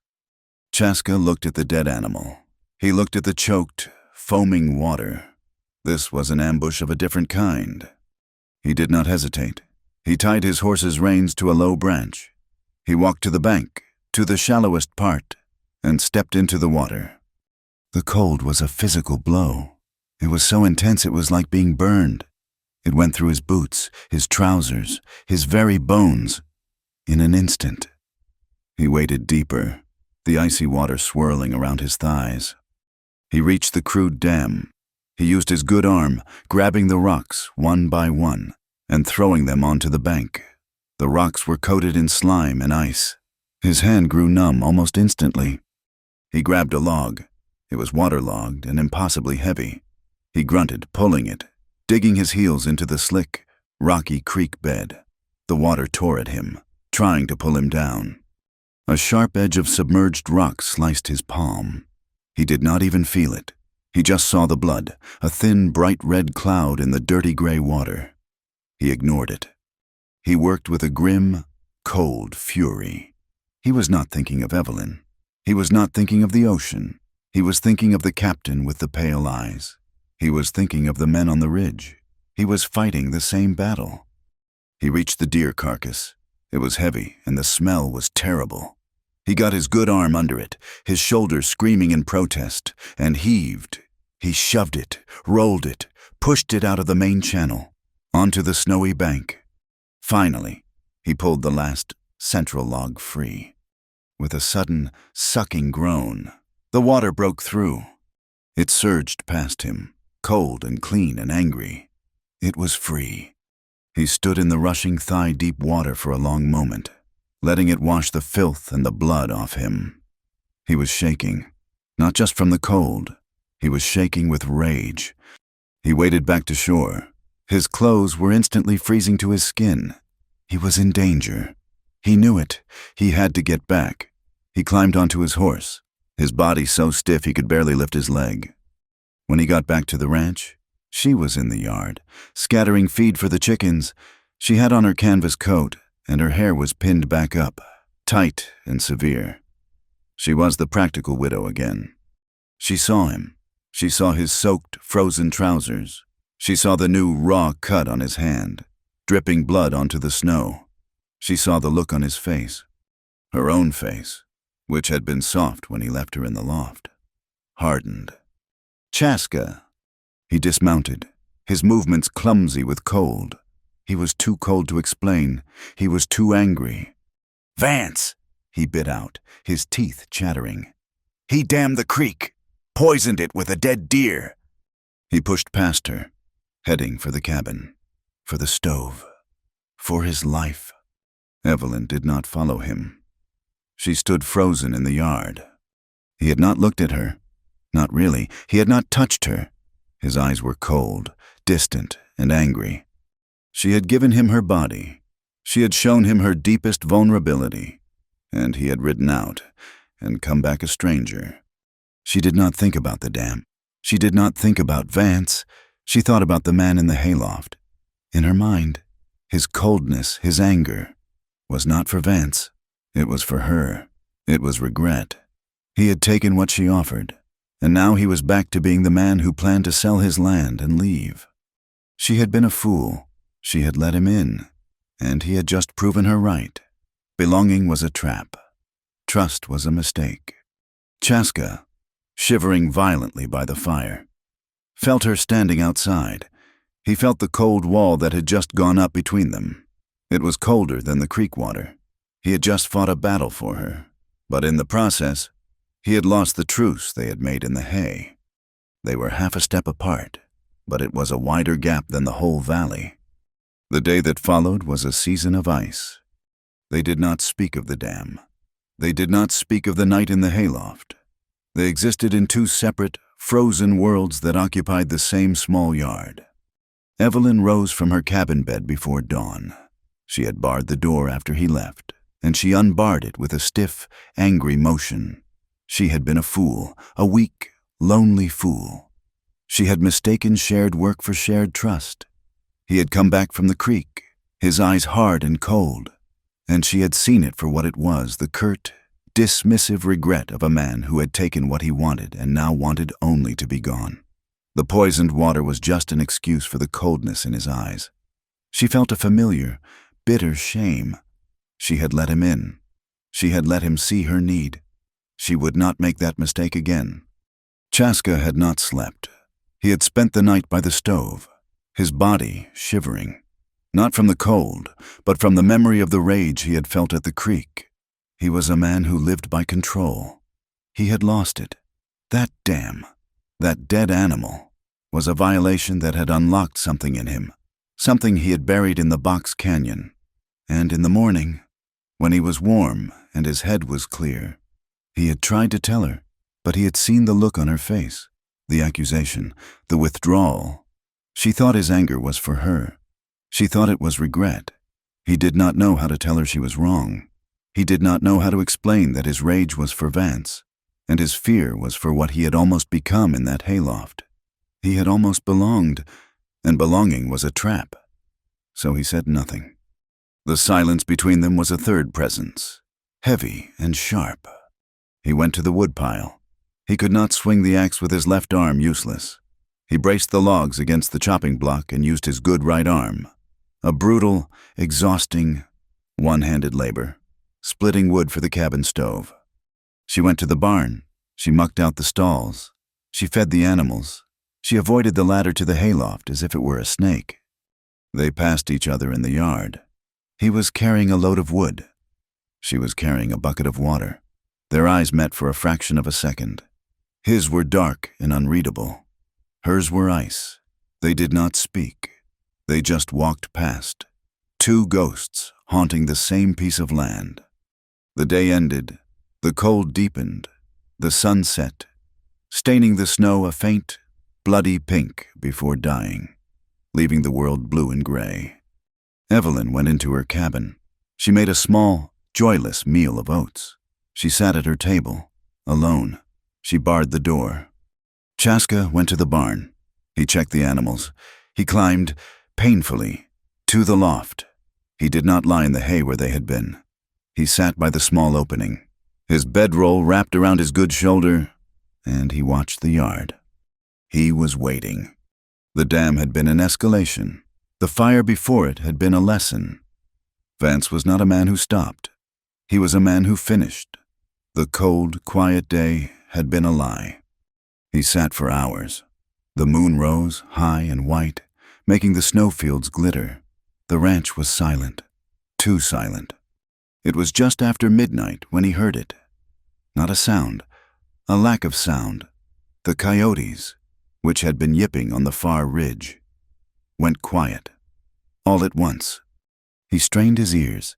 He heard the soft crunch, crunch, crunch of horses walking slowly, carefully, on the snow-covered trail. They were not riding. They were leading them. He moved to the front of the loft, a gap in the boards. He looked down. He saw them. 3 shadows, black against the white snow. They kept to the dark side of the shed. One man he recognized instantly, Mackie Cole. The other two were the same men from the first visit. Mackie was pointing. The two men dismounted. One of them was carrying a rope. The other was carrying a small can. Chaska smelled it, even from the loft. Kerosene. Mackie was not going to burn the pasture this time. He was going to burn the barn, with the animals. And the man he assumed was sleeping inside. Chaska moved. He did not think. He reacted. He was not a soldier. He was a scout. He was an Oglala. This was not a fight. This was a hunt. He looked around the loft. His rifle was in its scabbard on his horse below. His knife was at his belt. But he needed distance. He saw the dull, heavy, wood-splitting axe in the corner of the loft, the one that was too blunt to cut well. He saw his own lariat, coiled neatly by his bedroll. He took the rope. His left arm was useless, bound to his chest. He would have one good hand. He tied a quick loop, a Honda, and let the coil drop, feeding it through. He moved to the loft door, the one used for hauling hay. It was directly above the main barn entrance. He heard the men below.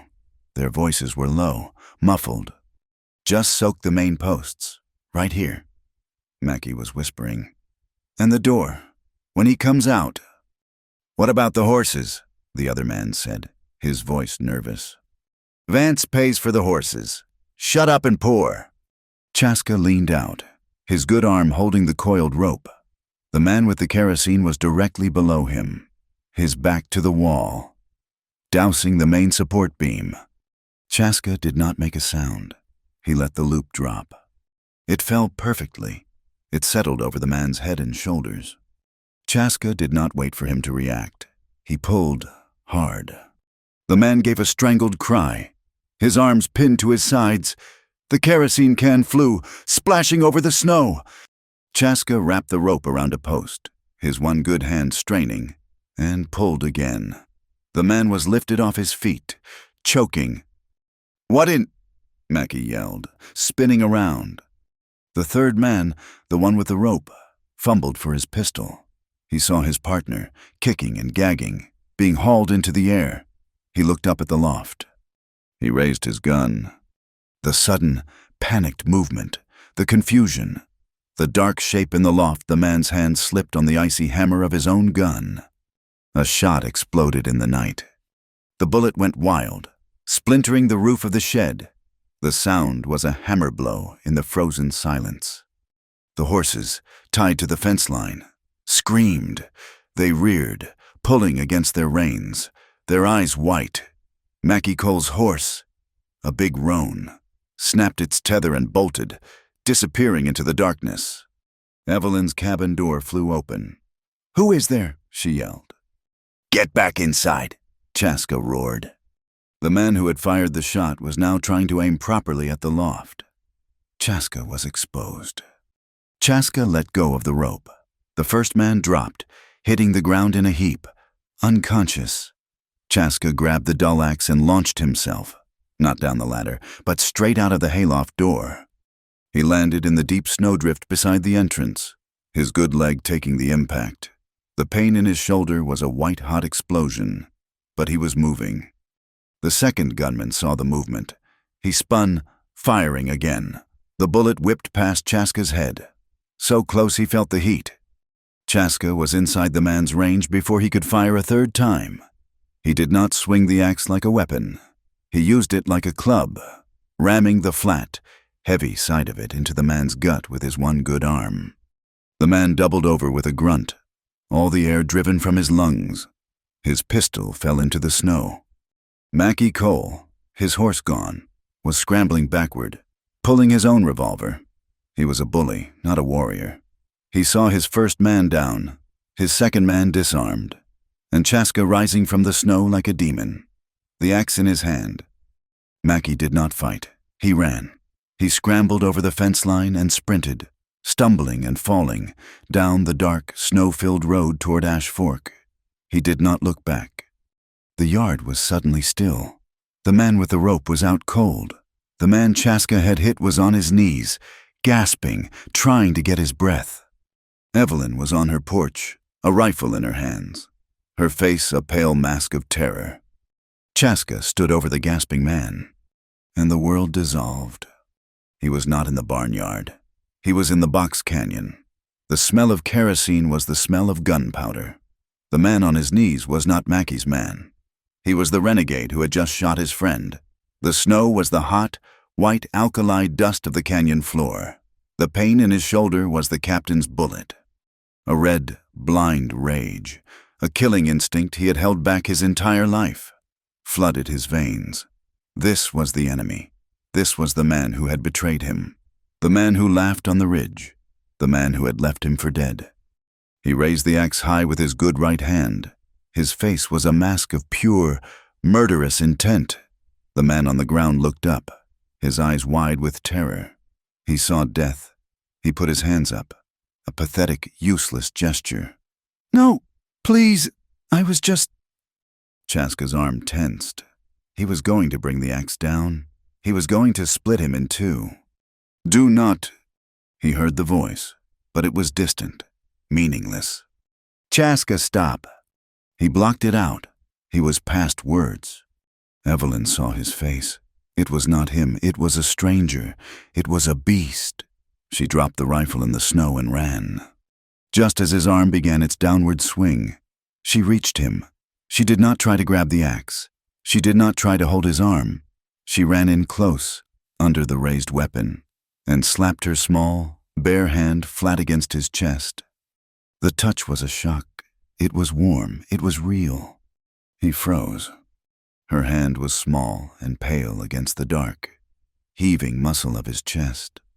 "No," she whispered, her voice shaking so hard she could barely speak.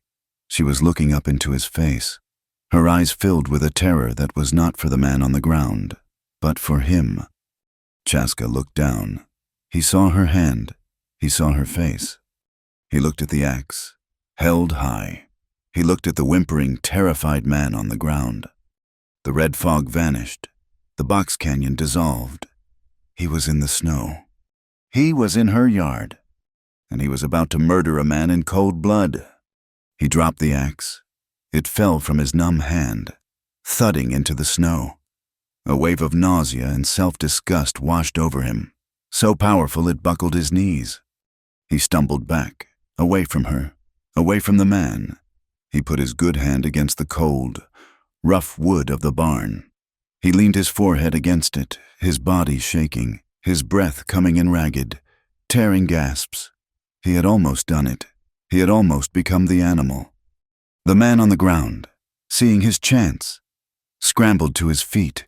He looked at Chaska, who was leaning against the barn, defeated. He looked at Evelyn, who was trembling, her hand still held out. Evelyn, though she was shaking so badly she could barely stand, turned her head. She looked at the man.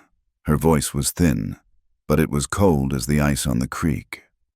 "Get off my land." The man did not wait. He ran, following the path of his terror, down the road after Mackey. The yard was empty. There was only the man on the ground, who was beginning to stir. The spilled kerosene, the dropped axe, and the two of them. Chaska did not turn around. He was ashamed. He was horrified at the thing he carried inside him. He had shown it to her. Evelyn looked at his back. She saw the man who had held the beam. She saw the man who had touched her in the loft. And she saw the man who had just raised the axe. She did not understand. She only knew that the violence she had seen in him, that blind, killing rage, was the same thing she had lived with under her late husband. It was the thing that had broken her. She turned, walked back to the cabin, and this time, when she barred the door, it was not against a lover, it was against a monster. The gap between them was no longer a misunderstanding. It was a chasm of fear. He was afraid of what he had become. She was afraid of what he was. The next morning, the man Chaska had roped was gone. He had woken and fled, leaving the rope behind. The news came before noon. A rider from a neighboring ranch, stopping for water, brought the story from Ash Fork. It was all over town. "Heard you had trouble?" "Ms. Hart." the man said, his eyes wide with gossip. "Mackie Cole says he and the boys rode out to check on you.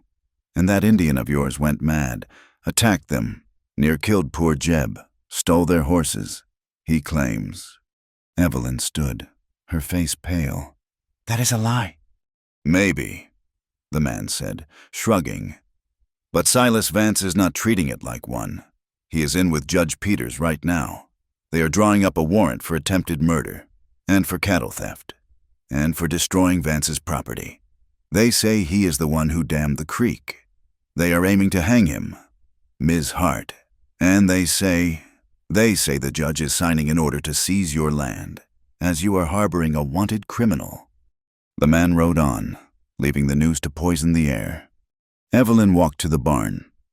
Chaska was inside, sharpening his knife. The sound was a soft, rhythmic shing, shing, shing of steel on stone. "They are coming for you," she said, her voice dead. "With a warrant, they will hang you, and they are taking my land." Chaska stopped sharpening. He looked at the blade.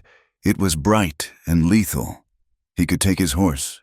He could be in the mountains in 2 hours. They would never find him. He could run. He closed the knife and stood up. He walked past her, out of the barn. He looked at the mountains. He looked at the cabin. He looked at the road to Ash Fork. She thought he would saddle his horse. "They used a pistol," he said, his voice quiet, thoughtful. "I used an axe. They used a lie. They are using a judge." He looked at her. The wildness was gone from his eyes. He was the scout again.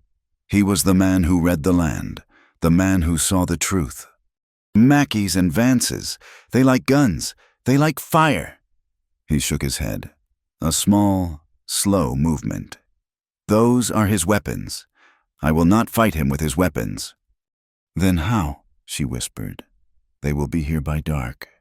"He uses the law," Chaska said. "He uses a piece of paper." He turned and looked back toward the high ridges, where the headwaters of the creek began, on land that was not his, and not hers, and not Vance's. "So we will use the law," he said, "a bigger law." He did not wait.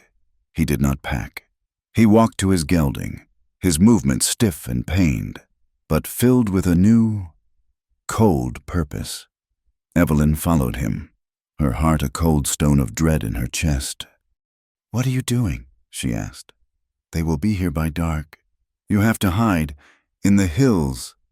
He did not answer. He put the bridle on his horse, his good hand quick and sure. He started to put his own thin bedroll on the gelding's back. Then he stopped. He looked at it. He looked at the saddle. It was old, but the leather was dark and supple, the tooling worn smooth. It was Lakota work, a gift from his grandfather. It was the last thing he owned that mattered, the last piece of the world he had left. He took his small bundle of cured furs, the ones he had planned to sell for food. Then, with a grunt of effort, he uncinched his saddle and pulled it from the horse's back. He carried it all, the saddle, the furs, his rope, and shoved them into a canvas sack. He tied it shut. "Chaska, what are you doing?" Evelyn's voice was sharp with panic. She thought he was running. She thought he was taking his last possessions to flee. "You cannot outrun them, not with that arm." He threw the heavy sack onto the gelding's bare back, then hauled himself up. He sat on the horse's spine, his legs dangling. He looked down at her. His face was a mask of exhaustion and pain, but his eyes were alive, burning with a cold fire she had not seen, not even in the hayloft. "Cheyenne," he said, one word. "That is 2 days. 2 days. If you kill this horse, they will be here in 8 hours." "They have a county warrant," he said, his voice raw. "A county warrant is paper. I am going to get a bigger piece of paper." He did not wait for her to answer. He kicked the gelding and the horse, sensing the urgency, lunged into a trot, heading east. Evelyn was left alone in the snow-filled yard. She watched him go. She watched the man who had held her roof, the man who had held her, the man who had almost killed for her. He was riding away, leaving her to face Vance, and the sheriff, and the warrant. The fear she had felt the night before was nothing to this. This was despair. He had run. After everything, he had chosen to run. She was alone again. She turned, her back straight, and walked into her cabin. She took down her father's rifle. She began to clean it.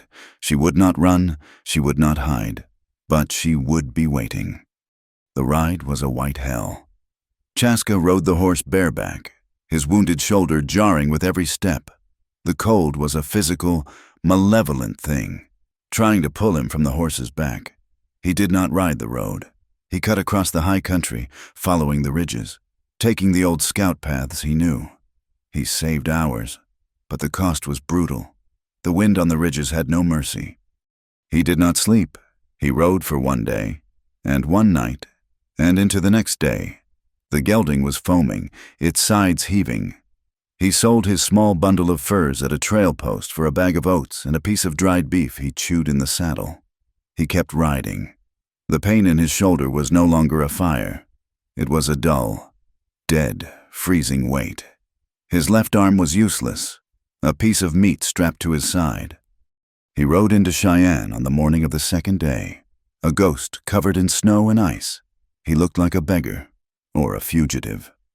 He slid from the horse's back, his legs collapsing under him. He forced himself to stand. He found the territorial land office. He walked in, carrying the heavy canvas sack. The office was warm. It smelled of steam heat, wet wool, and stale cigar smoke. A clerk in a clean white shirt looked up at him, his nose wrinkling in disgust. He saw a wild Indian, filthy, bloody, and swaying on his feet. "We have no work," the clerk said, dismissing him. "And no handouts. Get out." Chaska did not move. He walked to the counter and dropped the heavy sack onto the polished wood. The sound was a solid, heavy thud. "Maps," Chaska said. His voice was a dry croak. "Survey maps, Section 34, Hart Creek." The clerk was annoyed. "This is not a public library, sir.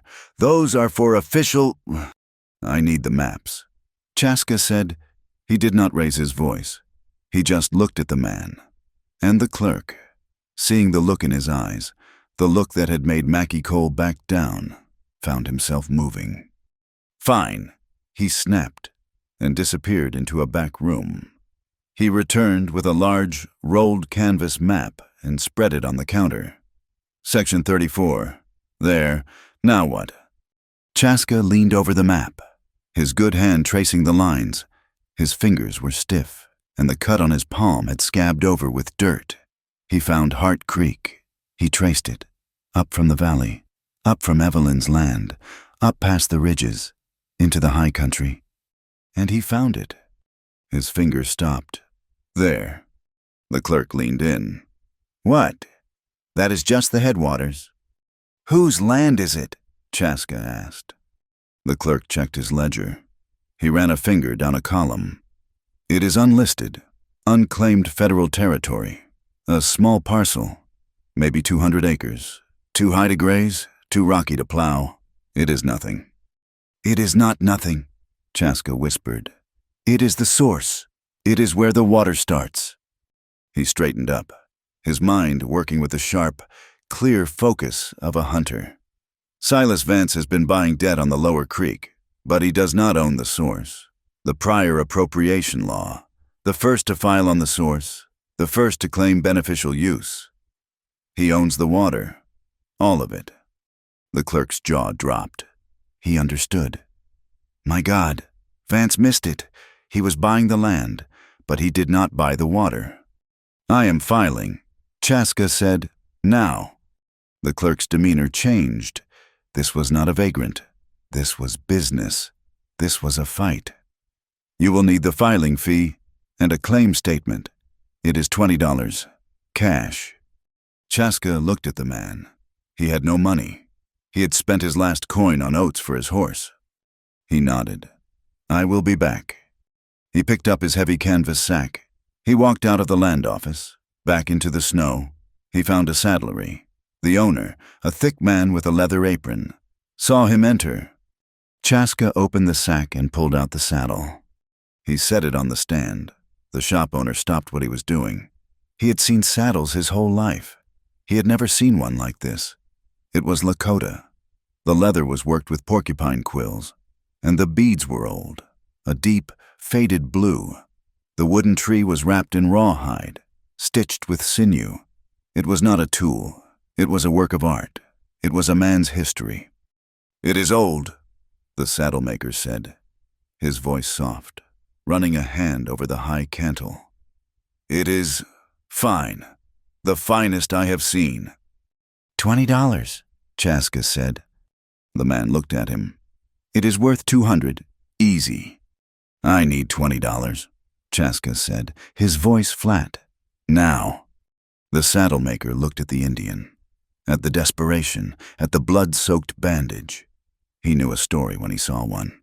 He went to his cash box. He pulled out a $20 gold piece. "And," the man said, "I will give you a good, sturdy freight saddle in trade, and this." He pulled a clean bottle of whiskey from under the counter. "For that arm." Chaska just nodded. He took the coin. He left his grandfather's saddle on the stand. He did not look back. He ran back to the land office, his boots slipping. His hand was raw and bloody from the cold, from the ride, from the rope. He burst through the door, silencing the office. He slapped the gold coin on the counter. The clerk, now his eager ally, had the papers ready.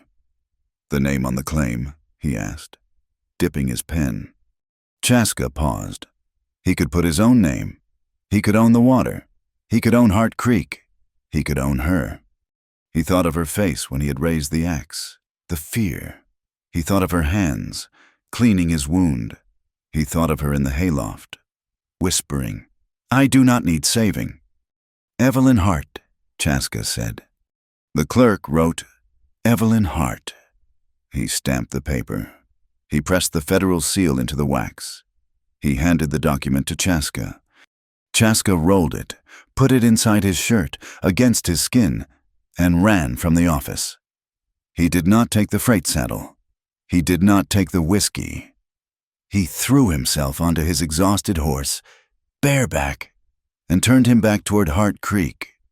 He rode into the ranch yard at dusk on the third day. He did not know what day it was. He was half dead, held on the horse's back by pure, unthinking will. The gelding stumbled to a stop and stood, head down, sides lathered, trembling. Evelyn was on the porch. She was holding the rifle. When she saw him, she lowered it. He was not a fugitive. He was a ghost.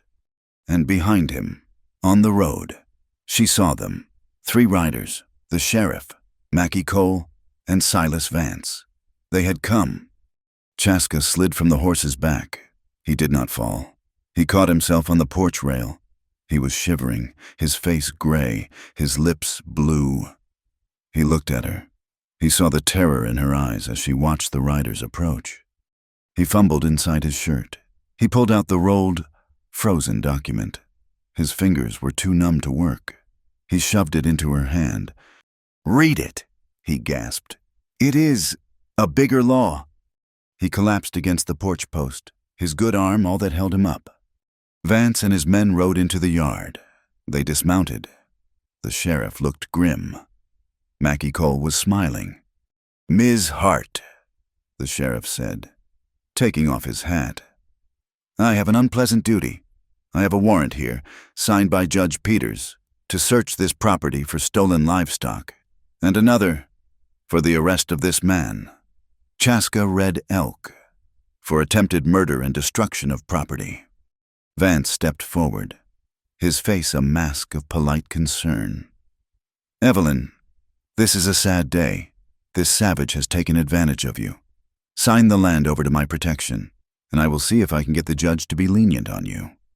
Evelyn's hands were shaking. She held the rifle in one. She held the frozen, rolled paper Chaska had given her in the other. She looked at Chaska, who was leaning, spent, his eyes closed. She thought he had run. He had come back. She unrolled the paper. It was stiff with ice. "Sheriff," she said. Her voice was a thin whisper. Mackie Cole laughed. She is going to read her Bible at us. Evelyn found her voice. It started low, then grew stronger with every word. By the authority of the United States Territorial Land Office, she read, her voice ringing out in the cold, still air. This document does hereby grant and convey, in accordance with the prior appropriation doctrine of 1866, full and exclusive headwater rights of Hart Creek to the claimant. Evelyn Hart. The yard went silent. Mackie stopped laughing. Vance's smile froze. The sheriff, his face pale, took a step forward. "Ma'am, let me see that." She held it out. He looked at the paper. He looked at the signature. He looked at the embossed federal seal. He slowly, reverently, took off his hat. He looked at Silas Vance. His eyes were no longer those of a bought man. They were the eyes of a man who was deeply, deeply afraid. "Mr. Vance," the sheriff said, his voice quiet. This is a federal claim. This is a United States patent. It bypasses the county. It bypasses Judge Peters. It bypasses you." He rolled up his own useless warrant. "My jurisdiction ends here. This is federal land, or I should say, it is her land and her water." Silas Vance's face went from polite concern to a dark, purple rage. He looked at the sheriff. He looked at Chaska, who was now watching him, a faint, cold smile on his lips. He looked at Evelyn. "This is not over," Vance snarled, his voice a low promise of violence. "You have not won. You have just signed your death warrant." He spun, got on his horse, and rode out of the yard, his back stiff with fury. Mackie Cole, his face a mask of disbelief, scrambled after him. The sheriff was left alone. He looked at Evelyn. He looked at Chaska. He put his hat back on. "Ms. Hart, Mr. Red Elk, it seems I have made a mistake. Good evening." He mounted his horse and rode away, much, much faster than he had arrived. They were alone. Evelyn stood on the porch, the federal document in one hand, the rifle in the other. She let the rifle fall into the snow. She looked at Chaska. He had not run. He had ridden into hell for her. He had not saved her. He had given her the weapon to save herself. He was not her master. He was not her savior. He was her partner. He was shivering violently, all his strength gone. She went to him. "You are freezing," she whispered. She reached up, not to his wound, but to her own hair. With quick, sure fingers, she unfastened a small, thin braid from behind her ear, a lock she had kept braided since her wedding day, a symbol of her bondage. She pulled the tie from it, and the hair sprang loose. She pressed the small, simple braid into his cold, bleeding hand. "You came back," she said. He closed his hand around it, his good arm, the one that had thrown rocks and sold a saddle, went around her waist. He pulled her against him. "I did," he whispered.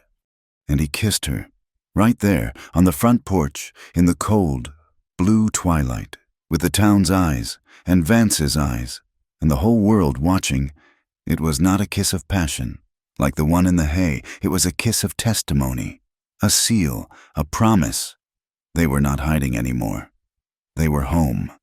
She got him inside, half carrying him. The kiss on the porch had been a public declaration, a line drawn in the snow, but the man in her arms was collapsing. The ride to Cheyenne and back had torn his shoulder wound open again. The gash on his hand from the creek was swollen and dark. He was burning with fever, his body shaking with a violent ague that had nothing to do with the cold. She put him in her bed, not the hayloft, her bed.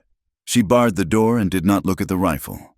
She spent the night bathing his face, forcing broth and whiskey between his cracked lips. The fear she had felt of the brute who had raised the axe was gone. That man had been a ghost, a shadow from a box canyon. The man in her bed was the one who had returned, the one who had given up the last piece of his past, his grandfather's saddle, to buy her a future. She tended his wounds with a new intimacy, a fierce, protective ownership. He was not her savior. He was hers. He was delirious for a full day. He spoke in his sleep, not in English, but in the low, guttural sounds of Lakota. She did not understand the words, but she understood the pain. On the second morning, the fever broke. He woke, his eyes clear but hollowed by exhaustion. He looked at the clean bandage on his right hand. He looked at the walls of the cabin. "You stayed," he said. "I live here," she replied, her voice practical, though her heart was unsteady. "You should have left," he said. "Vance will not stop." "Neither will we," she said. The peace lasted for one more day. It was a still, cold, waiting day. They worked quietly, securing the cattle. He was weak, his left arm completely useless, and his right hand stiff and painful, but he moved, hauling feed, checking the perimeter of the ranch. Then the wind changed. Chaska was the first to feel it. He was standing by the patched barn, looking east. The wind had been coming from the north, cold and predictable. Now, it had shifted. It was coming from the east. It was a dry wind, a carrying wind. He raised his head, sniffing the air. "What is it?" Evelyn asked, coming up behind him. "Smoke," he said. His voice was flat, dead. "Not a chimney, not a campfire, a grass fire, a big one. And it is coming from the east." She looked. On the high ridge that formed the eastern wall of their valley, a thin, hazy plume of brown-gray smoke was rising against the pale blue sky. "He would not," she whispered. "He would not burn the whole valley." "He would," Chaska said, "to get to you. He will say it was an accident. The wind." He ran, his limp pronounced, to the small rise behind her cabin. Evelyn followed. From there, they could see it was not a plume. It was a line, miles long, set by men on horseback. It was a wall of fire, and the east wind was pushing it straight down the gulch, straight toward Hart Creek. They had maybe 2 hours. "We cannot stop that," Evelyn said, her voice shaking. "We cannot." "No," Chaska said. He was the scout again. His eyes were cold, assessing. "We cannot stop it, so we must meet it." "What do you mean?" "A backfire," he said. "We burn our own grass. We make a black line, here across the valley floor. When his fire reaches our fire, it has nothing left to eat. It will die. Burn our own fields. It is the only way." He looked at her. His face was grim. "But I cannot do it alone, not with this arm." Evelyn looked at the monster of smoke on the ridge. She looked at Chaska, one-armed and wounded, but standing ready. She looked at her ranch. "You start the line," she said, her voice hard with a sudden, new resolve. "I will bring the fighters." She did not ride to Ash Fork. She did not go for the sheriff, or Henderson, or Preacher Davies. She saddled her mare and rode south, along the creek. She rode to the small, poor parcels of land that Vance had not bothered with yet. She found Mary Gable, a widow with 3 small children, trying to scratch a living from a rocky half-acre. She found the Coleman family, newly arrived, black homesteaders from the east, still living out of their wagon and a sod lean-to. She found old Mrs. Price, whose husband had died on the railroad line, leaving her nothing but a cow and a goat. They came out, their faces pinched with fear and suspicion. "Evelyn Hart." "Mr." Coleman said, his voice deep, stepping in front of his 2 grown sons. "This is not a good time for visiting." "It is not a visit," Evelyn said, her voice carrying over the rising wind. "Silas Vance is burning the valley. He has set a fire on the east ridge. It will be here in an hour. It will burn my ranch first. Then the creek will go dry. Then he will burn all of you out, one by one." They stared at her. "He thinks we are nothing," Evelyn cried, her voice cracking. He thinks we are just a collection of women and poor folk and Indians and Negroes. He thinks we will scatter. I need help. I need you to help me save the water that keeps us all alive. I need you to help me fight." Mr. Coleman looked at the sky. He saw the smoke. He looked at his sons. He looked back at Evelyn. "Get the blankets, boys," he said, "and the shovels." She returned with an army. It was a small, ragged army, but it was an army. Mr. Coleman and his two sons, Joseph and Thomas, Mary Gable, her face set, carrying a wet sack, old Mrs. Price, carrying a bucket. They found Chaska. He had already started. He had dragged a kerosene-soaked rope, his last lariat, across the dry grass, a quarter-mile east of the ranch buildings. The small, controlled line of his backfire was already eating its way east, into the wind, moving slowly toward the massive, roaring monster on the ridge. The heat was already intense. The air was thick with smoke. The main fire sounded like a railroad train, a constant, growing roar. "Chaska!" Evelyn yelled. He turned. He saw her, and the small group behind her. He nodded. He was the commander. "The blankets!" he ordered, his voice cutting through the noise. "Soak them in the creek. We do not let this fire jump west. We beat it. We force it toward the big fire. Mr. Coleman, your sons, take the shovels. Dig a line. Here, nothing crosses. Go!" The battle began. It was not 7 people. It was one desperate, sweating, soot-covered organism. They fought the small fire. They were farmers and widows and a scout. And they fought with a primal fury. They beat the flames with wet, heavy blankets. The smoke seared their lungs. Sparks landed on their clothes, burning small holes. Mary Gable screamed as a patch of grass flared up behind her. Joseph Coleman leaped over the line, using his shovel to smother the flames with dirt. Chaska was at the head of the line, his good right arm swinging a wet blanket, his teeth gritted, his useless left arm bound to his chest. He was everywhere, seeing the weaknesses, shouting orders. The backfire line held. It moved east, a slow, blackening scar on the land. The main fire, Vance's fire, was a wall of flame, 100 feet high, roaring down the slope. The heat was a physical blow. The air crackled. From a rocky outcrop above the valley, Mackie Cole watched. Vance had sent him to make sure the job was finished, to make sure nothing was left. He saw the ranch, still standing. He saw the black, unburned line of the backfire. He saw the small group of people, fighting. And he saw Chaska. He saw the Indian who had humiliated him, the man who had tied him up. He raised his rifle. The range was long. The air was shimmering with heat. He took aim. He fired. The shot was lost in the roar of the fire. Chaska felt it before he heard it. A white-hot, tearing impact in his right arm. The arm he had been using. The force spun him around. The wet blanket flew from his hand. He looked down. A new, dark stain was spreading rapidly over his forearm. "Chaska!"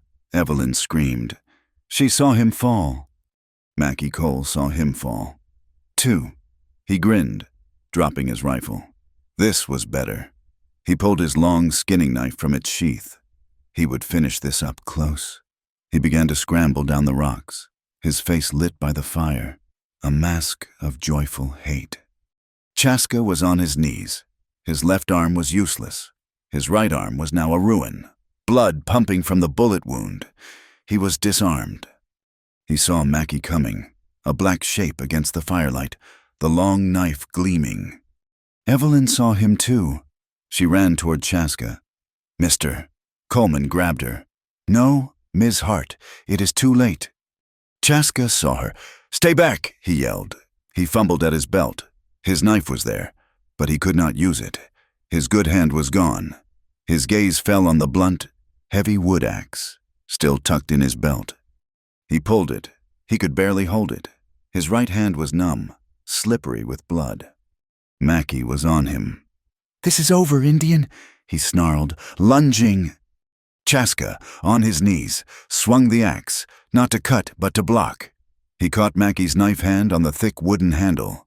The impact sent a wave of agony up his shot arm, so intense he almost blacked out. Mackey was strong and healthy. Chaska was a broken man. Mackey shoved him, and they rolled, over and over, down the rocky slope, away from the others, into the smoke-filled shadows. Mackey was on top. He had Chaska pinned. He raised the knife high. Now you die. The red rage. Chaska felt it surge. The man who had shot him. The man who had poisoned the water. The man who had tried to burn him alive. He looked past Mackey's snarling face. He saw Evelyn, a small, terrified shape, watching. He did not want her to see the animal again. The rage vanished, replaced by cold, clear thought. He was a scout. He was a survivor. As Mackey's arm plunged down, Chaska did not block. He moved. He used his legs, wrapping them around Mackey's waist. He used his weight, rolling them both sideways. Just as the knife plunged into the dirt where his chest had been, Mackey cursed, pulling the knife free, but Chaska was moving. He had one good move left. He hooked the dull head of the axe under Mackey's knife wrist. He had Mackey's arm trapped between the axe head and his own body. His left arm was useless. His right hand was slick with blood and shaking. He used both hands. He brought his ruined left arm over, adding its pathetic, numb weight. He put his bloody right hand on top, and he twisted. It was not a move of strength. It was a move of leverage. Mackey's wrist bent at an angle it was not meant to. There was a wet, heavy snap. Mackey screamed, a high, thin sound of pure agony. The knife clattered onto the rocks. Chaska was on top, his knee on Mackey's chest. He held the axe. He looked down at the man who had tried to destroy them. The man was whimpering, his wrist a broken ruin. Chaska raised the axe, and he held it. He looked at the man's terrified, crying face. He remembered the feel of her hand on his chest. He did not kill him. He lowered the axe. He fumbled for the rope at his belt, the one he had cut from the man in the yard, with his one bloody, shaking hand. He tied Mackey Cole's hands behind his back. He left him there, broken and weeping. He stood up. The world was spinning. The main fire hit the backfire line. It was a geological event. A wall of flame 200 feet high met a line of black, smoking ash. The fire roared, a beast searching for food. It leaped. It sent rivers of sparks over their heads, but they landed on burned, dead ground. The fire had nowhere to go. It faltered. It churned. And then, defeated, it began to die. The small army of 7 people stood in the sudden, shocking quiet. They were black with soot, their hair singed, their lungs aching, but they were alive. Hoofbeats. Silas Vance rode up, his face a mask of satisfaction, expecting to see a valley of ash. He stopped. He saw the ranch, standing in the moonlight, untouched. He saw the black, perfect fire break. He saw the small, defiant group of people, standing together. More hoofbeats. The sheriff, followed by half the town of Ash Fork, Henderson, Preacher Davies. They had seen the blaze from town and ridden out to see the end of Hart Creek. They saw the same thing Vance saw. Chaska stumbled out of the shadows, his right arm dripping a steady stream of blood onto the snow. He pointed to the rocks. "He is there!" The sheriff, his face pale, dismounted. He walked to the rocks. He found Mackey Cole, tied and moaning. Mr. Coleman stepped forward, holding the old kerosene can. "We found this by her barn 2 nights ago. Sheriff, we smelled the same kerosene on the ridge tonight, and that man," he pointed at Mackey, "just shot this man." The entire town was watching. Henderson and Davies looked at the ground, ashamed. They saw the widows. They saw the Coleman family. They saw the Indian and the woman, all standing in one unbroken line. The sheriff was trapped. He was a bought man, but he was not a stupid one. He had federal paper. He had a dozen eyewitnesses, he had a tied-up culprit, and he had the evidence in his hand. He turned to Silas Vance. His hand went slowly to his gun. "Silas Vance." The sheriff's voice was loud, clear. "By the authority of the laws of this territory, I am placing you under arrest for conspiracy to commit arson and for attempted murder." Vance stared at him. He looked at the crowd. He looked at Evelyn. He saw no allies. His face, for the first time, looked old and small. He did not resist. He slowly raised his hands. The power in the valley had broken. Evelyn Hart stepped forward. She was covered in soot, her dress torn. She looked at the sheriff. She looked at the townsfolk. "For years," she said, her voice shaking but strong, "he has made us afraid. He told us we were weak, that a woman alone, that a black man, that a poor widow, that an Indian were nothing. He was wrong." She turned. She walked to Chaska, who was leaning against her wagon, barely conscious. She stood in front of him, for all of them to see. "No one saved anyone tonight," she said, her voice ringing. She looked at Mr. Coleman, at Mary Gable, at Chaska. "We saved each other." Chaska looked at her. He saw this woman, this impossible, strong woman. He saw the community she had built. He heard her words, and he smiled. It was not a grimace. It was not a smirk. It was a real, slow, easy smile. It was faint, and it was pained. But it was there. It was the smile of a man who had planned to sell his land and leave, and had, in the middle of the fire, found a reason to stay.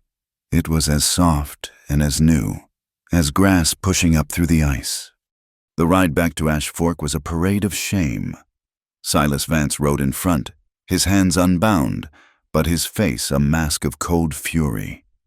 The sheriff rode beside him, no longer a hired man, but a nervous officer of the law. Mackie Cole, his broken wrist bound in a dirty rag, was tied to his saddle, his face gray with pain and humiliation. The townsfolk, Henderson and Preacher Davies among them, followed at a distance. They had ridden out to see a lynching, or at least a ruin, and had instead become witnesses to their own complicity. The fire was out. The valley was quiet.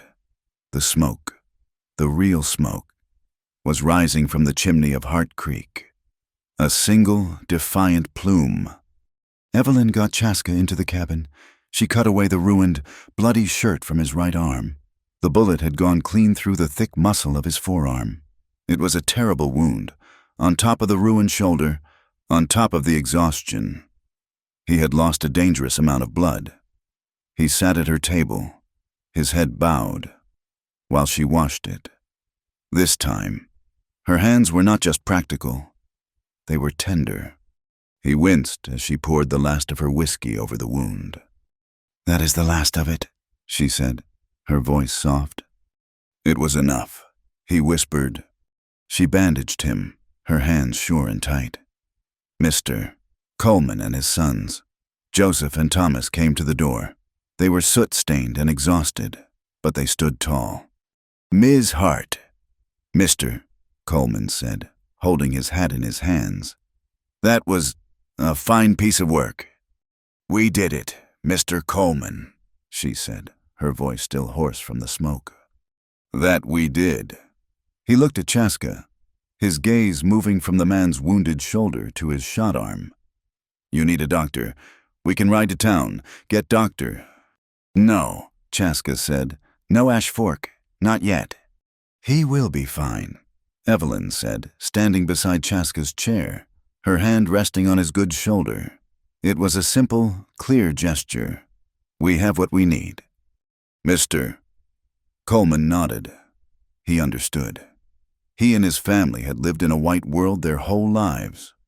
They knew what a warrant meant, and they knew what justice meant. What they had seen tonight was something else entirely. "We will camp by the lower creek, by your leave, just to be sure."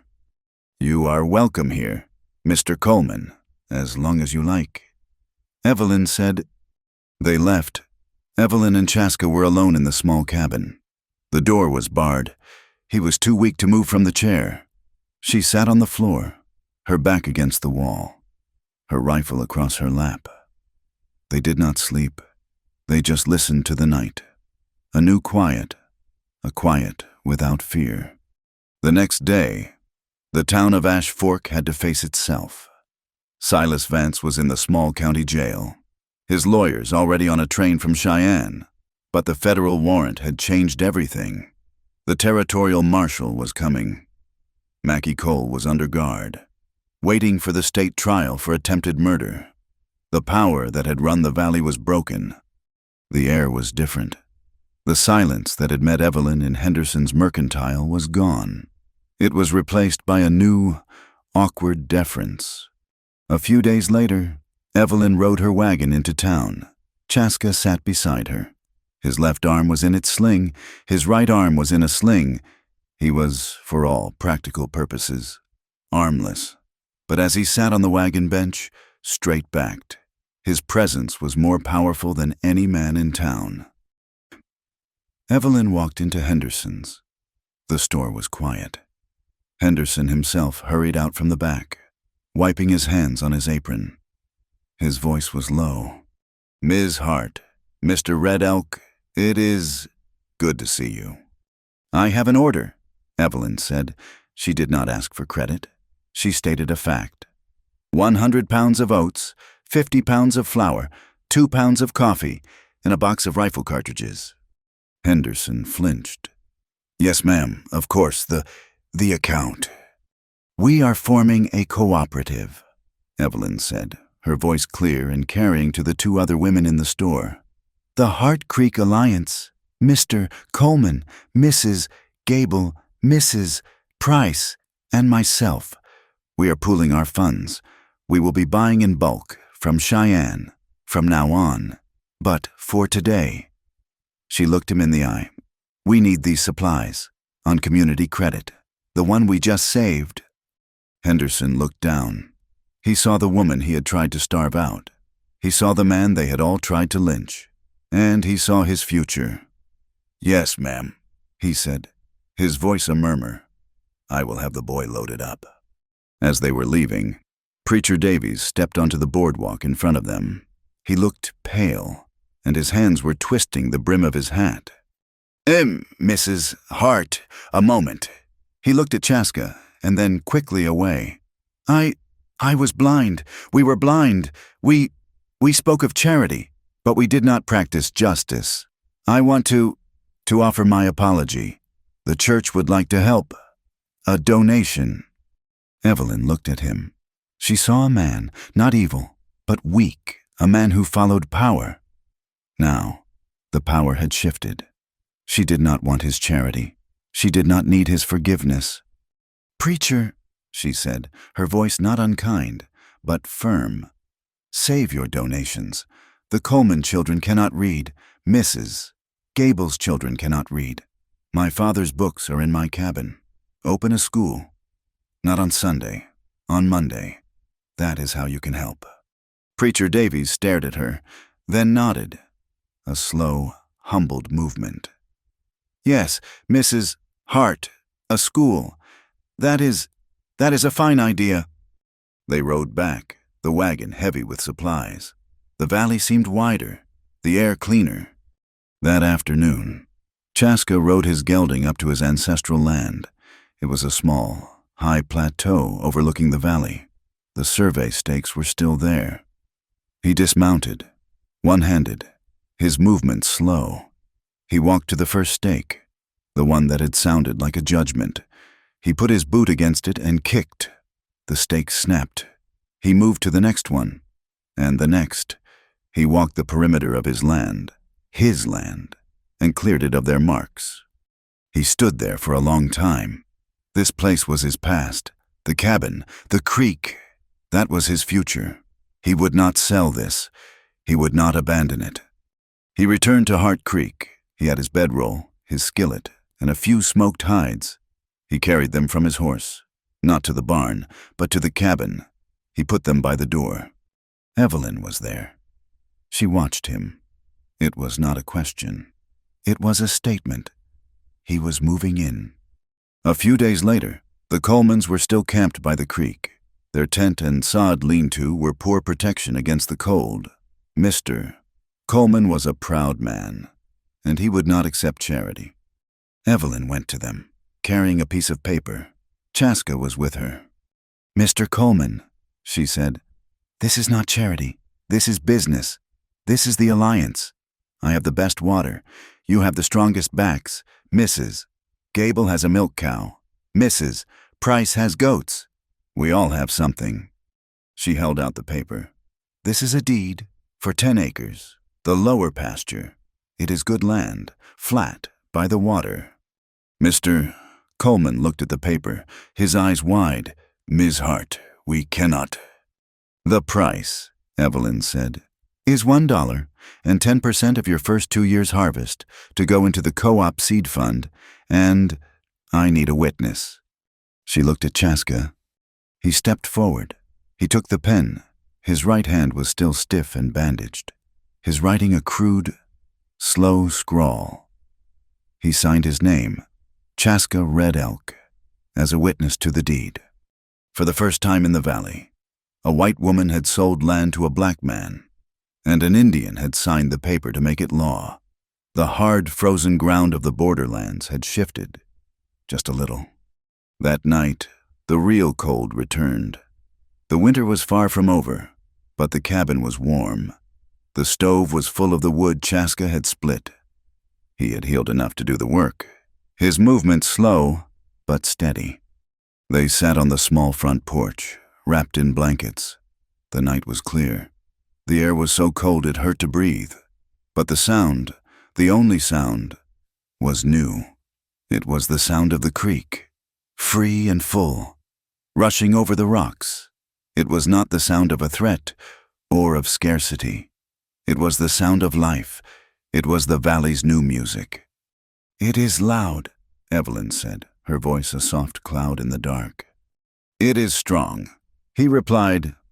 He had a piece of paper and a stub of pencil. By the light of the moon, he was writing. She leaned, just slightly, her good shoulder touching his. "What is that?" she asked. "A letter," he said, "to my cousin, on the reservation, in the Dakotas." "What are you telling him?" He paused, the pencil held over the paper. He looked out at the dark valley, his valley. "I am telling him that I am not coming, that I am staying, but that I have not forgotten the way." She understood. He had not given up who he was. He had just added to it. She sat with him for a long time, listening to the water. Then she stood, went inside. He heard her moving around. She came back to the stove. He watched her from the door. She was holding something in her hand. It was the small, thin braid of hair she had given him. He had given it back to her when she bandaged his hand, and she had kept it. "This was from my wedding day," she said, her voice very quiet. She looked at the small, dead piece of hair. It was her, the Evelyn Hart who had been owned, the woman who was afraid, the woman who flinched. "Harold, he liked my hair. He said it was the one soft thing about me." She looked at Chaska, his face hard in the firelight, his hands scarred, his body broken and healed and broken again. He was not a soft man. He was a safe one. She opened the iron door of the stove. The flames roared, bright and hot. She looked at the braid one last time, and she dropped it in. The hair flared, a sudden, bright flash, and was gone. It turned to ash, and the smoke went up the chimney. She closed the stove door, the sound a soft, final click. She was done. The past was gone. Chaska watched her. He stood. He was still weak, but he was hers. They banked the fire for the night. They barred the cabin door. He walked out to the barn, just to check the animals one last time. She walked with him, her hand resting lightly on his good arm. The night was still. The wind was quiet. He reached for the new, heavy barn door, the one they had built together. He pulled it shut. It moved smoothly on its new leather hinges. It seated itself in the frame with a soft, solid thud. There was no gap. There was no crack for the wind to whistle through. It was secure. It was finished. The winter broke late and hard. The thaw was a muddy, violent business, the creek rising to a roar, carrying the last of the ice in great, grinding sheets. But when the water settled, the valley was changed. The black, scorched earth of the firebreak was the first to turn green, a rich, defiant scar. Under the south window of the cabin, the small, seemingly dead sticks Evelyn's mother had planted years ago pushed out tiny, purple-green buds. The lilacs had survived. On the porch, a new shape had appeared.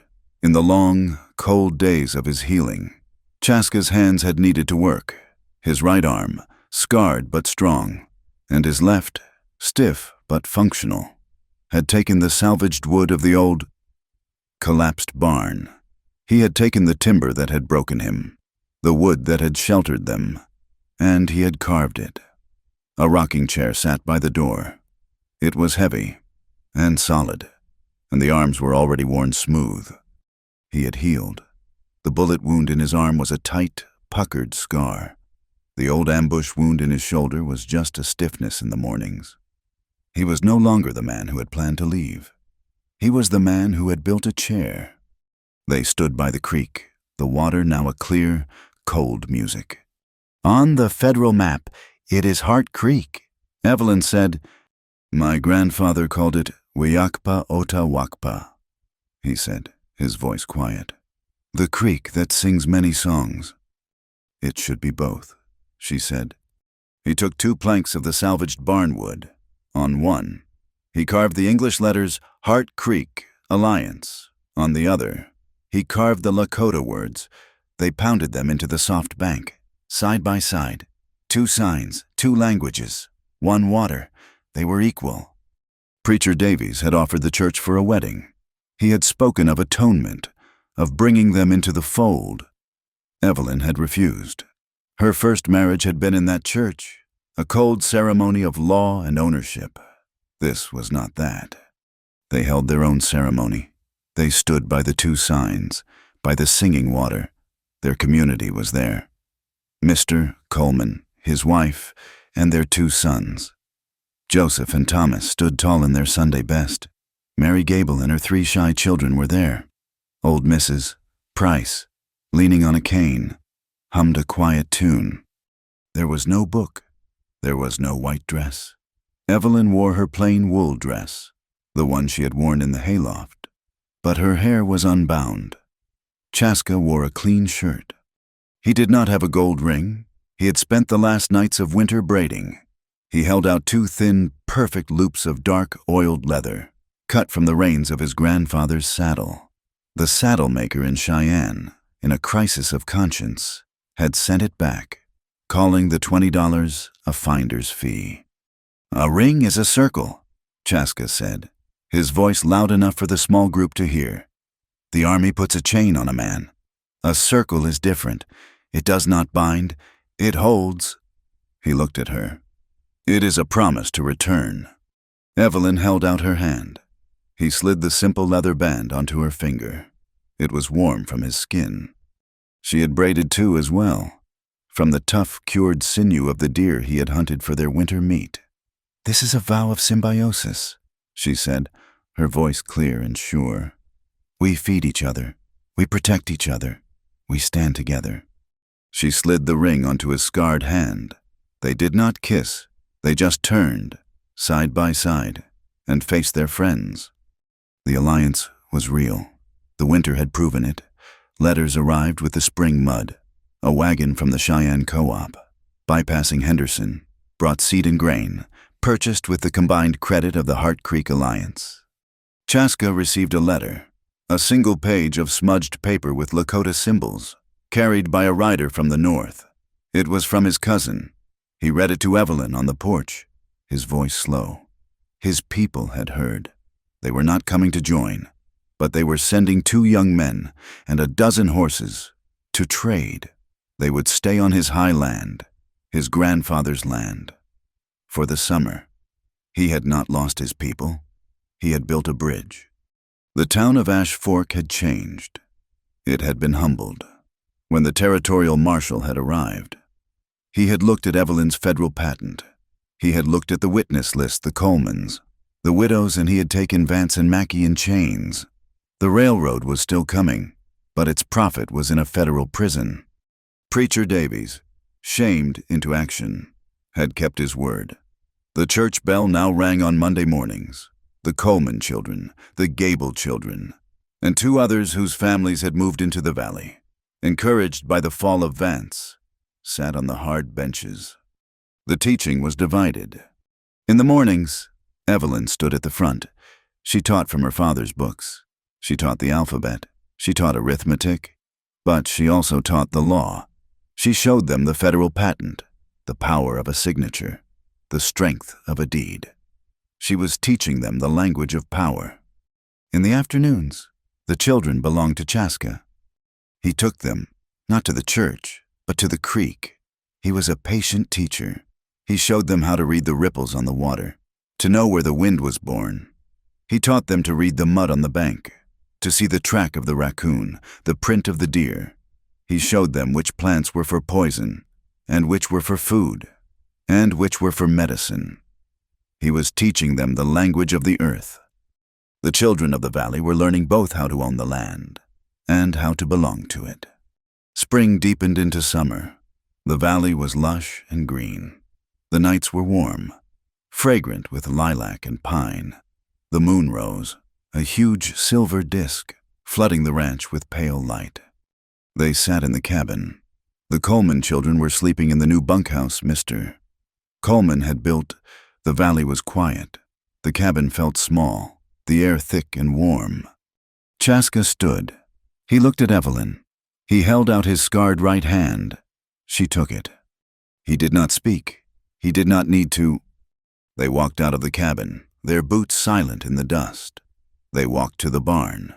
The great solid door was open to the night. The animals shifted in the dark, their breath soft. He went to the ladder. He climbed, his movements sure and easy. His arms were healed. He was whole. She followed him. He stood in the hayloft, by the wide-open hay door. The moonlight streamed in, painting a silver square on the floor. The air was rich with the smell of sweet, dry hay. The first time they had come here, it had been a desperate act, an escape from the storm, a place to hide, a need to feel alive. He turned to her. He pulled her close. His touch was not the desperate, claiming grasp of that first night. It was sure. It was known. This was not an escape. This was not a hiding place. This was a destination. He kissed her, and it was not the kiss of a man who was leaving, or a man who was fighting. It was the kiss of a man who was home. The West promised nothing. It was not a land of grace. It was a hard, bare, and beautiful place. It did not give gifts. It only gave back, in its own hard measure, to those who were brave enough to plant their seeds in the frozen earth and strong enough to stay for the harvest. Down in the yard, the moonlight caught the edge of the rocking chair, the one he had built from the beams of the old barn. It moved, just slightly, in the night breeze, rocking back and forth, empty, waiting. The water of the creek that sang many songs, rushed past the porch, a ribbon of glittering silver in the night. And from the Coleman cabin, farther down the bank, came the sudden, clear sound of a child's laughter, bright and sharp as a flock of young birds taking wing in the spring. It was the promise of a long, long time. Thank you so much for listening to our story. Where are you listening from today? Let us know in the comments. We would love to share our thoughts with you. Please be sure to subscribe to our channel, Wild West Tales. Like this video, and show your support by hitting that hype button so this story can be heard by many more people.